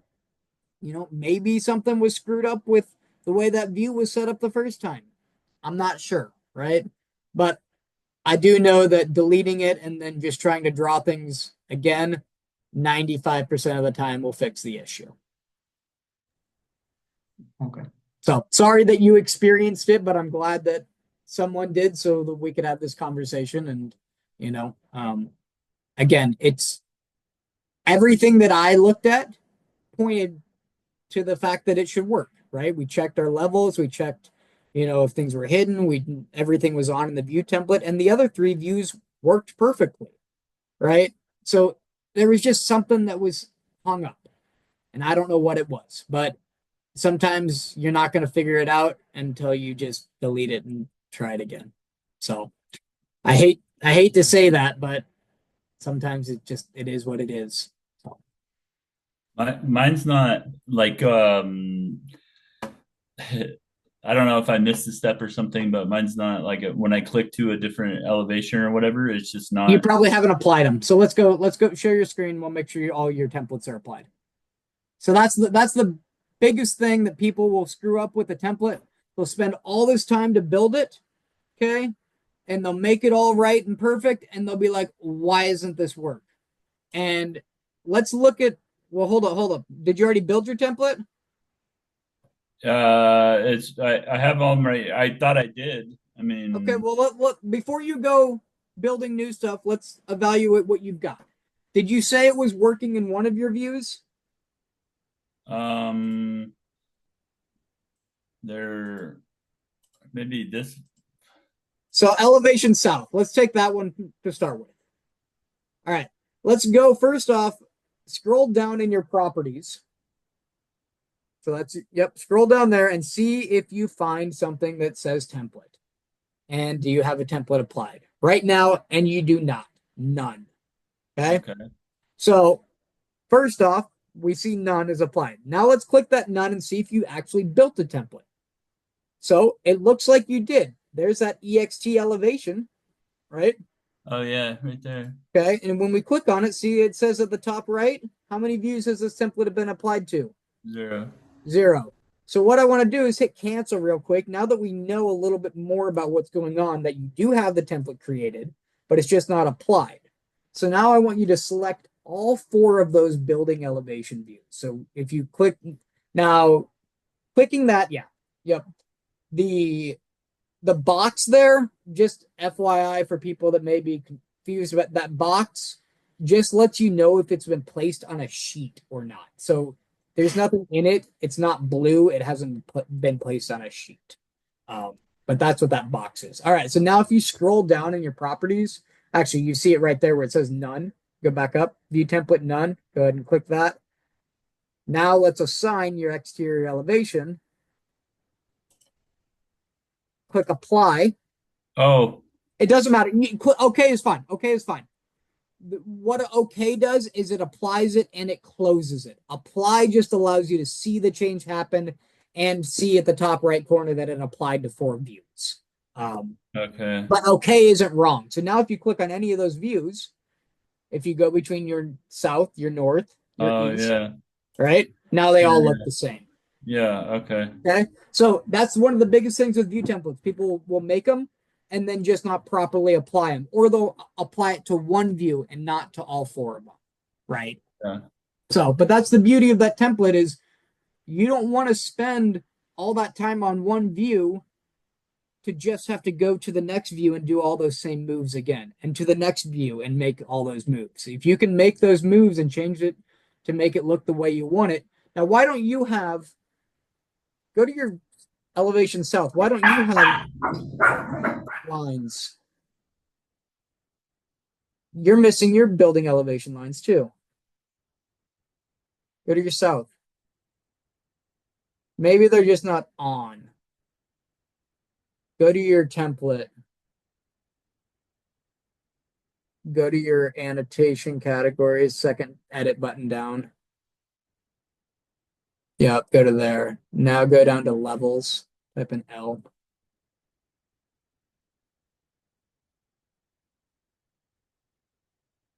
Your levels are on. So I'm not sure why you're not seeing yours either. Is anyone else not seeing their levels? Click OK. Because you should see one right there at the bottom at least. Click OK. I'm good. I got L1 and L2. Same here, Graham. Okay. Well, for those of you that aren't finding, I mean, can you click OK on your screen there? If we go to level, go ahead and just click OK, and let's go back to your plan view. So let's go to your level 1 plan view and go grab one of those section views that you have, your actual working sections, not your heads, not your zoom out. You should have some working sections that I had you move out of the way. Maybe not.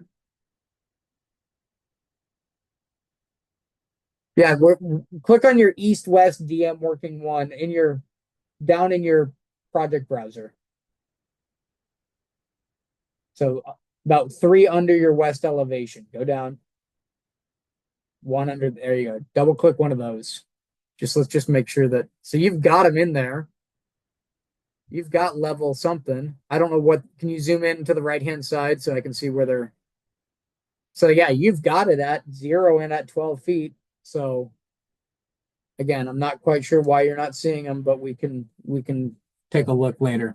So, all right, let's move on to the last thing that I want to do today, and then we'll get you guys out of here. Can you see my screen? Let me go ahead and get the share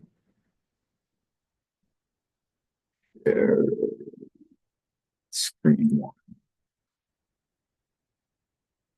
All right, can you see my screen? Yeah, you're good. Let's see if we can do.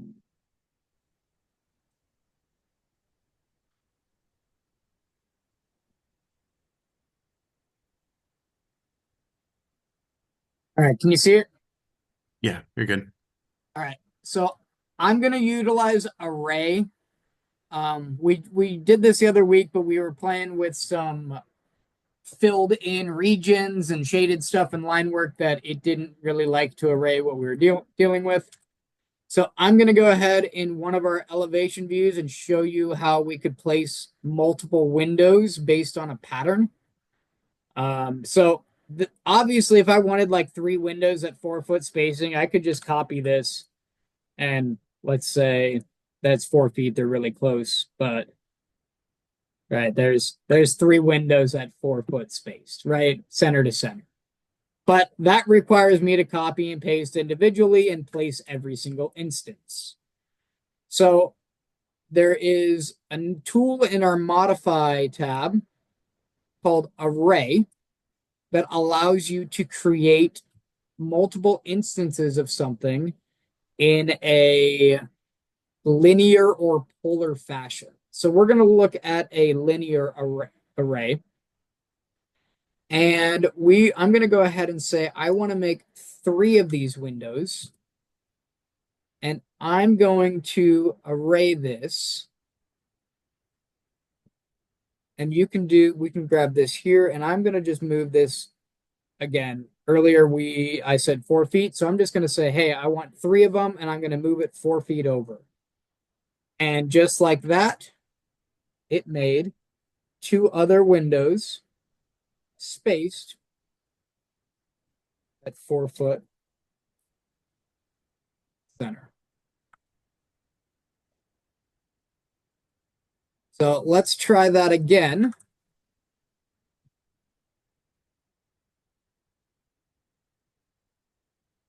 This time, we're going to do 4 windows, and I'm going to place them 4'6" on center. Okay, you see how that works? It's a pretty easy tool. When you're dealing with windows and objects that have a fixed height constraint, it is only going to let you array them in a single plane. It's not going to allow you to like put them on multiple stories. But if we wanted to copy this up, how might we put all these windows on level 2?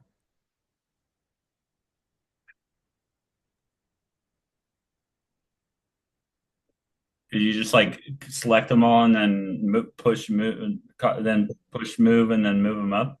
So you Mirror. could do that, but if you hit move, what's it going to do? It'll get rid of level 1. It'll get rid of level 1, right? Because you're going to move all of those to level 2. So if we use copy, which is the same as move, except it leaves the original instance, I'm just going to copy those from 1, just like that. So if you wanted to do a full building, a skyscraper in this fashion, you would just go ahead and build all your windows out on 1, and then take that, and we can actually, I'm going to do something a little bit, little tricky, and I'll just show you a couple things real quick, a couple other options you might have. So I'll take this window, and I just made that wall, 5 stories tall, and I added some more stories to it. Okay. What I'm going to do is I placed them on level 1. We can use our lovely copy. And this is going to be your copy to clipboard. Okay, so this is a little different than our copy. We could use our copy button and do this one at a time and use our copy with base point and copy this from level 1 to level 2 to level 3 to level 4 to level 5, right? And that's pretty efficient, a lot better than drawing them one by one, right? But let's take it one step further. I have a really cool tool that will allow me to copy, not necessarily with base point, but will copy to the project and allow us to paste to certain levels. So I'm going to use this copy to clipboard command. And this is what you could use Control C. That would be the same as copy to clipboard, right? So it's not the copy CO command, it's the copy to clipboard command. And when I click this paste and hit this drop down, I can actually choose this align to selected levels and choose that I want to place these on levels 2, 3, 4, and 5. And it now placed windows on levels 2, 3, 4, and 5 based on the offset of a 3-foot sill height off of the first floor. Yeah. That makes sense? Is that cool? Like, so you can literally do something once and say, hey, align to all these levels and populate the entire building if it's the same, right? So copy and pasting stuff. The beauty of skyscrapers and that type of work is a lot of it is rinse and repeat. One floor up, rinse and repeat, right? Maybe you have a bathroom maybe your bathroom is every other floor, right? Maybe you have two different variations. But a lot of times, once you dial in something, all the window locations, you know, all the sleeves that I need to get through the deck, just copy all that and then align to specific levels and say, hey, I want to align this to levels 2, 4, 6, and 8. And these other items I want to align to 3, 5, 7, and 9. Right? That simple. And now you're not playing this game where you're actually physically copying it and pasting it. You've got it copied to your clipboard and you just align it to the views that you need to or the levels that you need to. So it makes things just get really, really slick when you have items that repeat themselves throughout. Now, one thing that you noticed, it didn't matter. And I don't know if you noticed this or not, but it didn't matter how far apart my levels were. It didn't care at all. This is 12, this is 14.6, this is 12, that's 15.6. It now knows where that datum is and says, hey, this is 38'6". This sill height's going to be at 3 feet above that level. I'm going to place it 3 feet above that level, whatever that level may be. If I move that level up or down, those windows are hosted to that level. They will move with that level. Right? So it's everything's a lot more involved than just a 2D picture on your screen, right? Things are hosted. They actually have an elevation. Now, if I wanted to take all of these and say, you know what? Actually, we want them at 3'6" off the level. Now they're all 3'6" off the level. Right? Maybe levels 4 and 5. We want them at 5 foot. Those could be independent. Right? And now that I've given them this information, when I move this level, what's going to happen?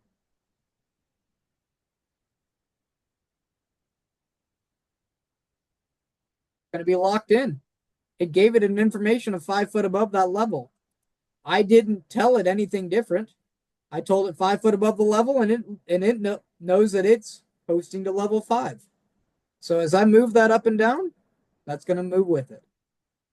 And so everything in this program is tied together, whether it be your views, your view templates, your levels, your elevations, everything ties to each other. Whereas in AutoCAD, it's all just basic line work, right? And then you can dimension stuff. You can say, hey, this is 20 feet long, but I couldn't say that this window is located 3 foot above this floor and then move the floor and have that window move with me, right? That would never happen.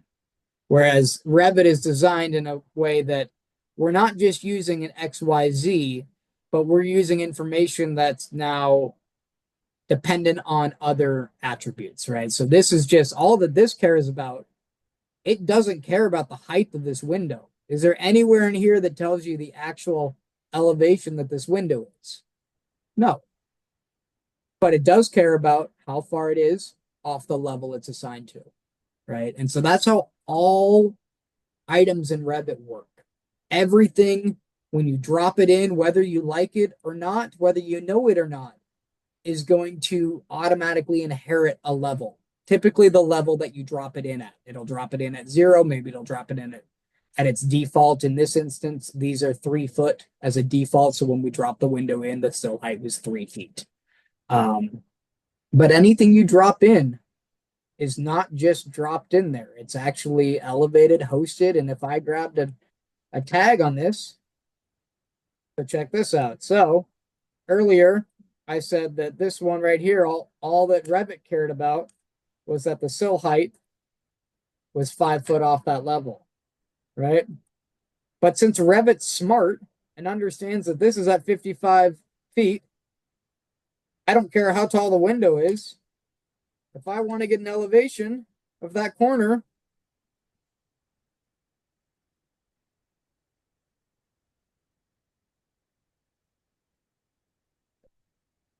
there is the true elevation to the 1/4 inch of that corner of that window, right? Maybe that's not to the corner of the glazing, right? Maybe that's to the corner of the trim. But we can do this. We can zoom in. We can find that corner of the glazing. There's the inside corner of the glazing at 64 foot, 4.5. And when this moves, it's hosted to that particular spot. It's not just grabbing a random elevation, and it's assigning that elevation saying, hey, I know where this corner is at all times. Do I want this corner at, 100 feet? Okay, I'll move this up, 34 foot, 1.5.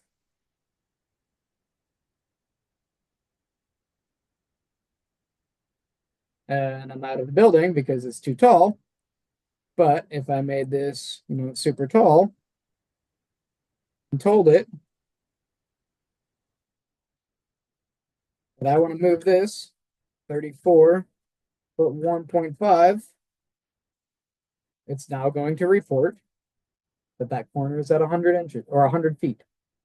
So what I'm getting at is everything is relative to each other, right?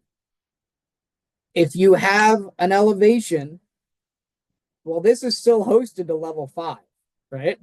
So it's now giving me a sill height of 40 feet, 7.5 inches.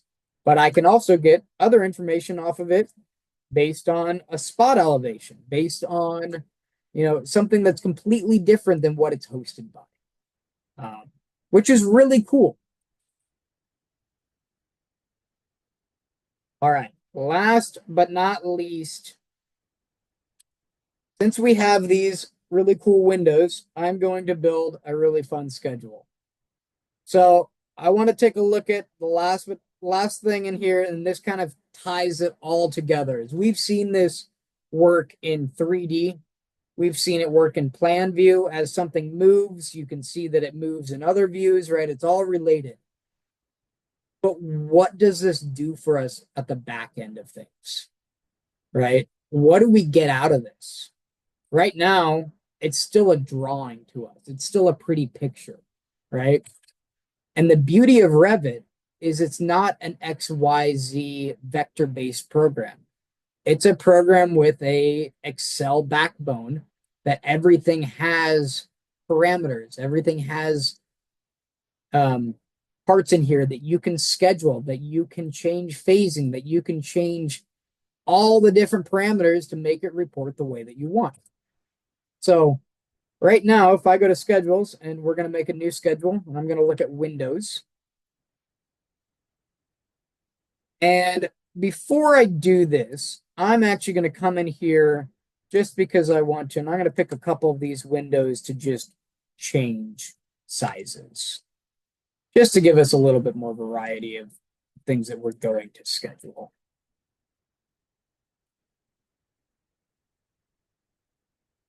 Okay, something like that, right? So when I go to create my schedule, and I go down here, again, typically in Revit, whenever you have a list or something like this where you need to scroll through, if you type in the first letter that you're looking for, like W for Windows, it'll drop you down to the top of the W section, right?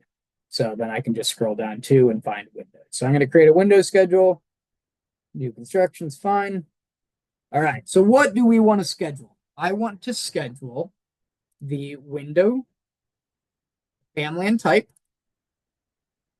I also want to schedule the level that it's on, and I want to schedule the count. So how many of them I have. Okay.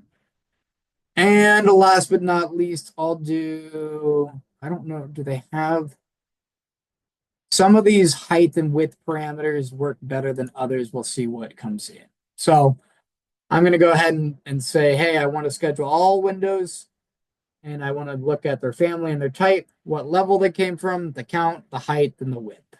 And if I click OK, you can see that it comes out with this kind of cool schedule, but it still provides me with a lot of work to do, right? It's there. It's a lot better than me going to every single window in the project and trying to figure out what it is, but it's still providing a lot of counting for me. So let's take this schedule, and if I go to sorting and grouping, I'm going to sort by, we're first going to sort by our family and type. And so that's going to group all of the same size of window together. And then I'm going to sort by my level. So it's going to show me how many I have of each size per level. And I'm going to take this itemize every instance off. If I left this on here, it's going to look exactly the same as it is right now. Maybe the sorting will change, but it will still provide all of these as an individual line item. Couple things changed, but for the most part, you still see this big old schedule. So this guy here, this itemize every instance, if we turn that off and we turn on some totals, we can actually start to break this down and see what this looks like. So now I can see, hey, on level 1, I have 9 of these type. On level 2, I have 3 of these. On level 3, I have 2 of these. On level 4, I've got 2 of those. And level 5, I've got 3 of those. Okay, it's getting better, right? It's still not to where I want it. Okay, so what we want to look at now is looking at, okay, well, we're sorting by family and type and by level. Well, if we put a footer on this, is that what I want? No, I don't. Let's go back. Let's put on a footer and let's put on a footer, and I just want to have totals only. Let's see what that looks like. So that still has them broken out, and it's really not doing a whole lot of good breaking it out that way. So sometimes you do have to play with this, okay, just to get it to look the way you want. So maybe I want a footer on it here, and we'll try that out. And that is what I want, which is now saying, hey, okay, I got all the information I want now. I've got total number of windows, 28 windows, right? I have a total of 19 of these window casement double hung 41 by 53. And not only do I have 19 of them, I have 9 on level 1. I've got 3 on level 2. I've got 2 on 3. I've got 2 more on 4. And I've got 3 on level 5, right? So I've got something I can order off of.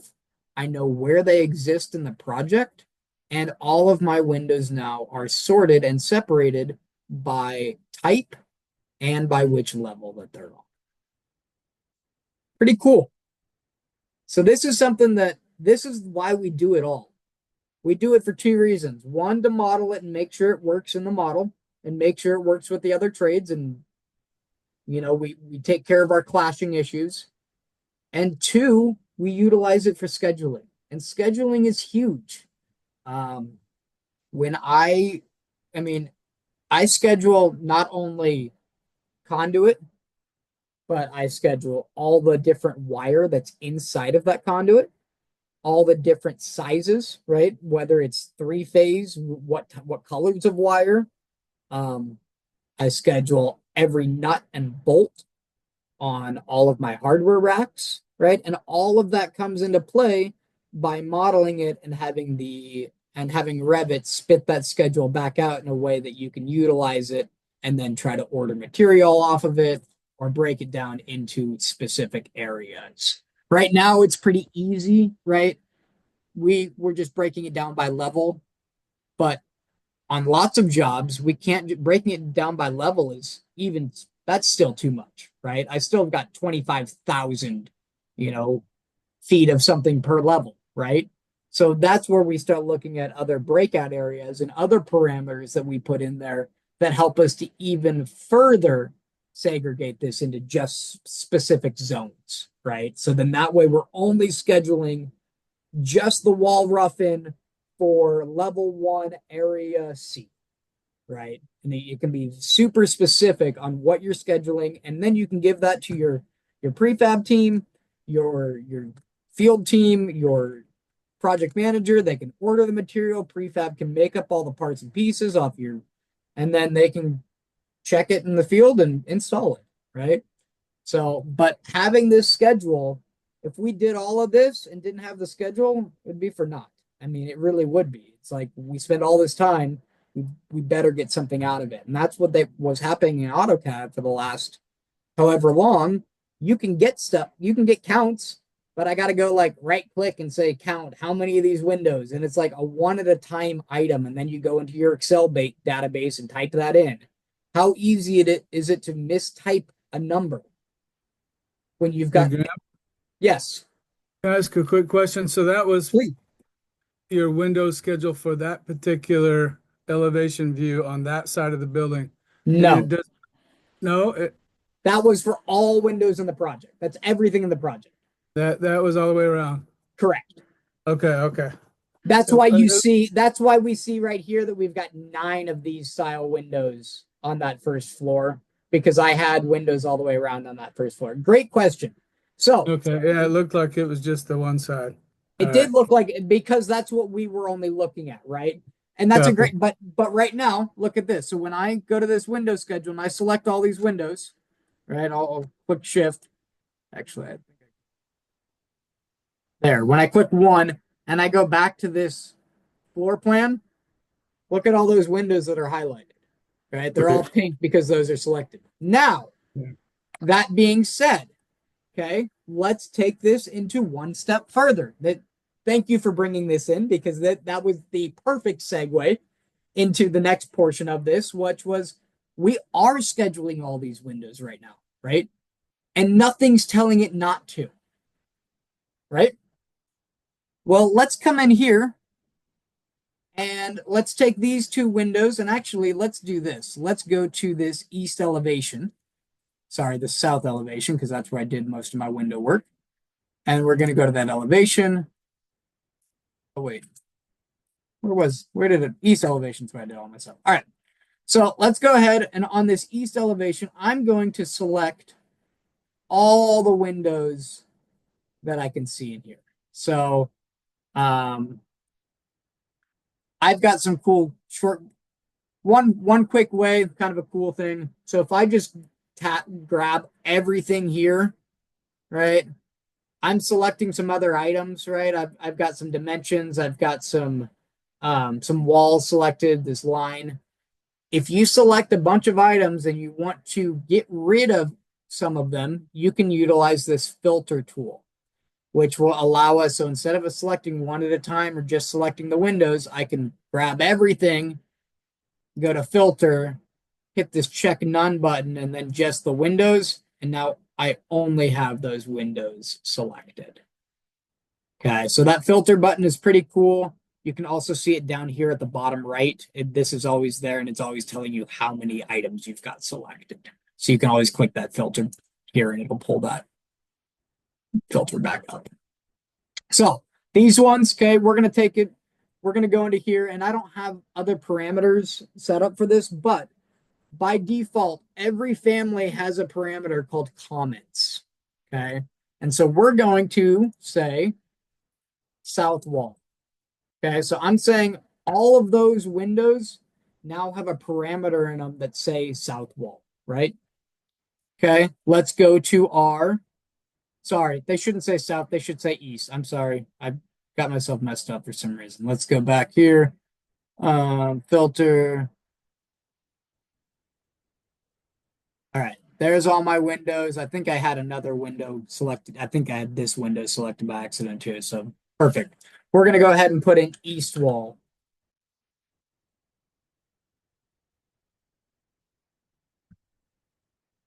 All right, now when I go to my south elevation, I'll grab these 2 windows down here, and I'm going to type in comments. I'll type in south wall.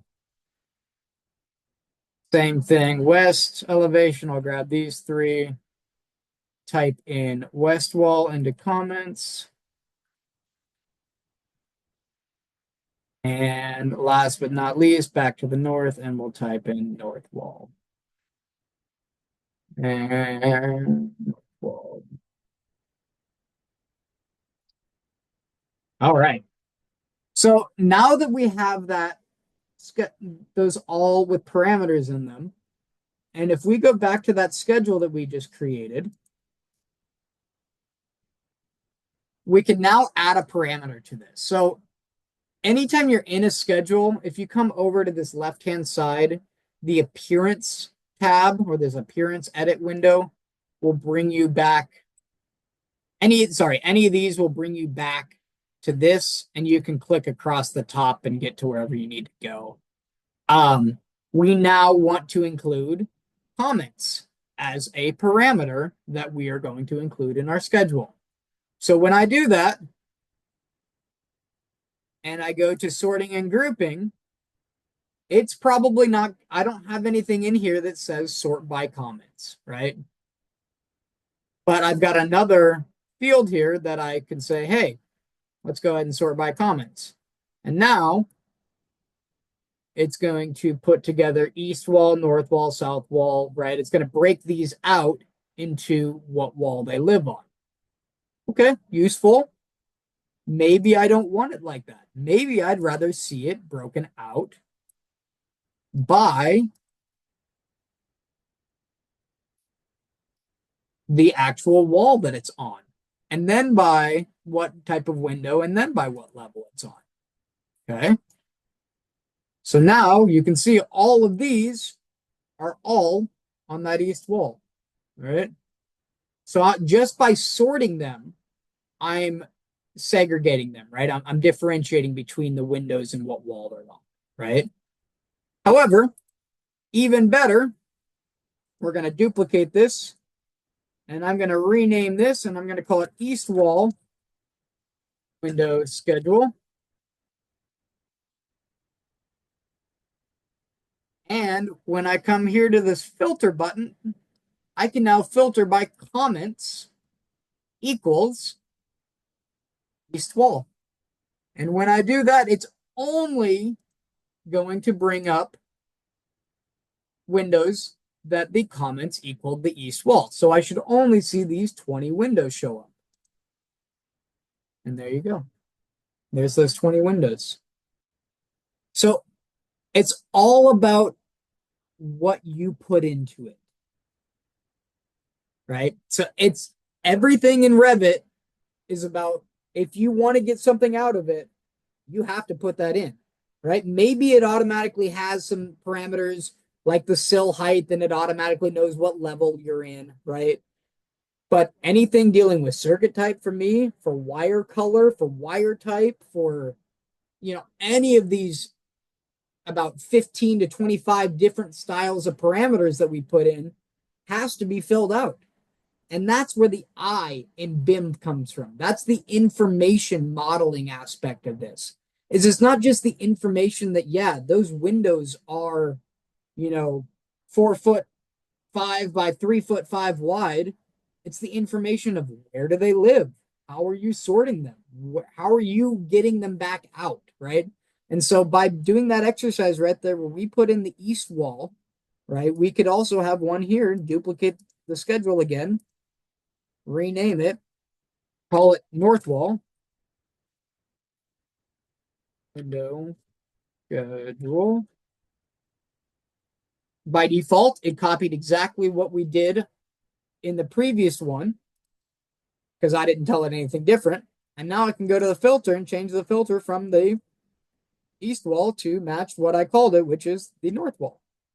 Come down there, and there's my north wall schedule. So Revit is really all dependent about, in order to get something out of it, you got to understand what you're putting into it, right? And that's where that BIM, that's where that information modeling comes from. That's what AutoCAD doesn't have. Right? It may know how big this window is, right? Maybe you call it a 4' by 6' window in your block, and you select all of them and you count that there's 53 of them. but it's not spitting out a schedule that's allowing you to tailor make it for exactly what you want to filter out, right? For maybe you want all the receptacles in a specific room. And like, actually, that's a great segue. Real quick, I'll just show you one thing I've been working on, but this is the same type of deal where I've got schedules. I'm working on a hospital right now that when we look at this schedule, we see everything that's going on internal to that room or the two rooms that we're looking at in that on that sheet and nothing else. Right. So let me pull this up real quick. I'll try to see if I can find something that's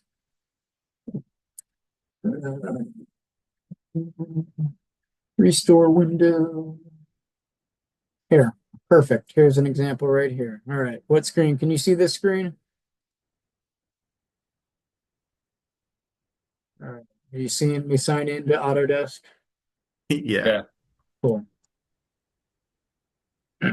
But this is something that's been posted. It's, my field team can see it. I've got stuff that I've made changes on, but this is exactly what we're looking at. So this is a PDF of this is a hospital room. A couple different. This is a clean supply room. We've got a nourishment area. There's a med. This is a med room for medical storage for medicines. Each one of these devices all have a unique ID. Each one of these devices lives in room MB4E02, right? That is the specific ID for this area. And all of these are scheduled out. And not only are they scheduled, but they have every single part and piece what they need. So here's a duplex hospital grade critical power that is on a stud bracket. And it'll show me what box I have. It's stud mounted. It's a 2 1/8 single gang adjustable mud ring, and it's painted orange because it's on critical power. We then go over and see that inside of it, it's got a 20 amp hospital grade emergency with a trim package. Okay. Here is the assembly code that to order the parts and pieces for that bracket. Here's the mounting height for the field, right? Here is any specific circuit information if I need it. Here is if I've got MC coming out of the top for some normal, we're prefabbing that. All the critical, they're putting in the field without, it's got to be hard pipe. So they're doing that in the field. So they get a 3/4 inch EMT connector. And there's the breakout area, right? So, but if I didn't have one piece of that information in there, that schedule would be wrong, right? It wouldn't be complete. And that's the biggest thing is with BIM is it's great to make this pretty picture. Yeah, we got a nice 3D view. You see all the devices, the device numbers. But this is where the power lies, right? Everything lies in that schedule. And am I hand typing any of this in? Nope. It's all built into all the devices. All the devices have these parts and pieces into it. And then they schedule, right? So this is just a little bit of a real world example of why we do what we do with the schedules and the information that we put in. Because on the back end, we want to produce these types of drawings and these types of schedules that now I can give this to my prefab shop. They can start building parts, field install straight off of here. And it does make a nice, pretty picture, right? They do have something nice that they can follow. So there's a lot of benefits to it. But the biggest thing tonight was that information side of it, right? Getting that info in there, being able to break things out into different breakout areas so you could schedule them differently, right? Maybe it's more than, like I said, maybe it's more than just a level breakout, right? For our stuff, that was fine. But you get a big project, you get a Microsoft project that you've got how many different buildings, how many different stories in each building, how many, you know what I mean? I mean, it expands and expands, and every single thing having a unique identifier, scheduling in a certain area, a certain device number, just streamlines the whole process. Because now they can come out with all this stuff already tagged on it, whipped, plug and play, right? So that's enough about me and prefab and why you should use information. any questions about what we covered with just these basic window schedules and this assignment tonight?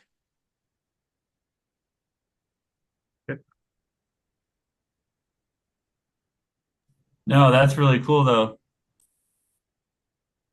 I like to provide some examples showing you that it's more than just me saying you should put something in there, right? Because it is, yeah. Maybe you want to schedule, and in our size of projects, a lot of it we probably don't need to divide out, right? It's a 1 or 2 story building, right? It's nothing big. But when it gets into something major, and ultimately all of you guys are going to school to go, for project management of some type, to work in, probably something that's more than a single resident house, right? That's where the CM degrees and that's where that stuff shines, is in the bigger industrial, commercial, all that stuff. And those are not small projects, right? So the more you can manage it with being able to isolate things to certain breakout areas so you can schedule and sort things appropriately, give the right schedules to the right people for ordering. It makes our job worthwhile. Otherwise, why do we do this? Because it's not just to make a pretty picture. I mean, that's fun, but that doesn't pay. There's no value there, right? So a dimension picture is awesome, right? That's got a whole lot more about it than just a pretty picture, right? But having schedules that go with it and scheduling not only materials. And here's the other thing. We're just touching the surface of this, but we talked about 4D and 5D BIM a little bit, right? Or you guys did a little research on it, right? This is where this comes into play. Maybe not only do we have schedules for how many quantities, but there's also cost, right? So you can start scheduling cost in there. There's also labor to put in this window. You could put in a labor unit that it takes 0.3 hours for two guys, right? To install that window. And now you can start looking at more than material cost, but you're looking at labor cost as well, and the time it's going to take to start installing this stuff, right? So it's just the surface of what you can schedule. I mean, right now we're scheduling material, but scheduling time and money is pretty cool in a 3D model. And all you need to do is apply a value to it, right? Everyone knows what RS means is, or do people know what RS means is? Right? That's got a value in it that says, hey, you should install 140 square feet of drywall in an 8-hour day, or whatever it is, right? I don't know what, you can take those same type of labor units and apply them into Revit and start building those schedules that are going to tell you, hey, drywall on this floor alone is going to take us 240 man hours, right? Do we have that in the schedule? Oh, I think we got 2 weeks to do it. Okay, well, that's doable, but we need another 2 people on the crew to make it happen, right? So now you can start looking at labor.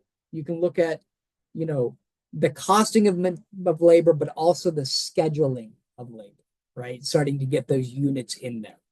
So just the beginning of it. And BIM is, like I said, it's still, I'd say it's not necessarily in its infancy anymore, but we're a toddler in the realm of BIM. I mean, it's not going away, and it's only becoming more and more involved with what you can put in, what you can get out of it, and how streamlined it can be.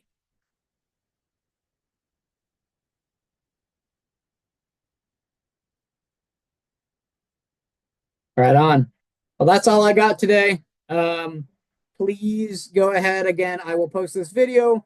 Please submit a screenshot of this, basic exercise. If you did something with a schedule, you can submit that too. But yeah, I'd like to see something, and then maybe in your screenshot, kind of show your whole thing like this, so I can see your views and stuff in your project browser on the left hand side. Okay. Is there? I haven't checked. Let me check real quick before I sign off. Has anyone submitted this already? Is there a submission folder set up for it or a Dropbox? Let's see. Let's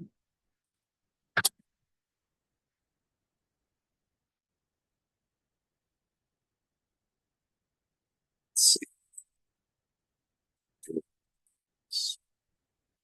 Do I have a class work? It looks like I do have a 2-3 class work posted, 2 points, and it's a file upload. So you should be good to go ahead and submit there. Right on. I'll hang out for a few minutes if anyone's got questions. Otherwise, I will see you guys next week.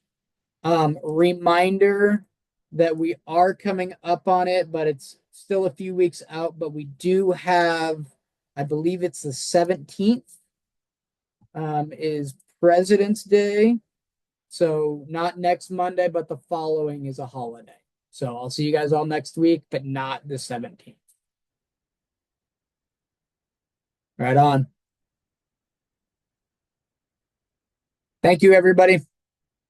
And I'll get the video posted. I'll try to get it posted tonight. So do you what do you think happened with why I can't see my levels or whatever on the elevation? I don't know. If you want to save it and send me your, you're in 2025 though, aren't you? Yeah. I don't have 25 on my computer. I can't open it up. Do you want to share it again? I'll take a look. We can see if we can see what's going on. Yeah.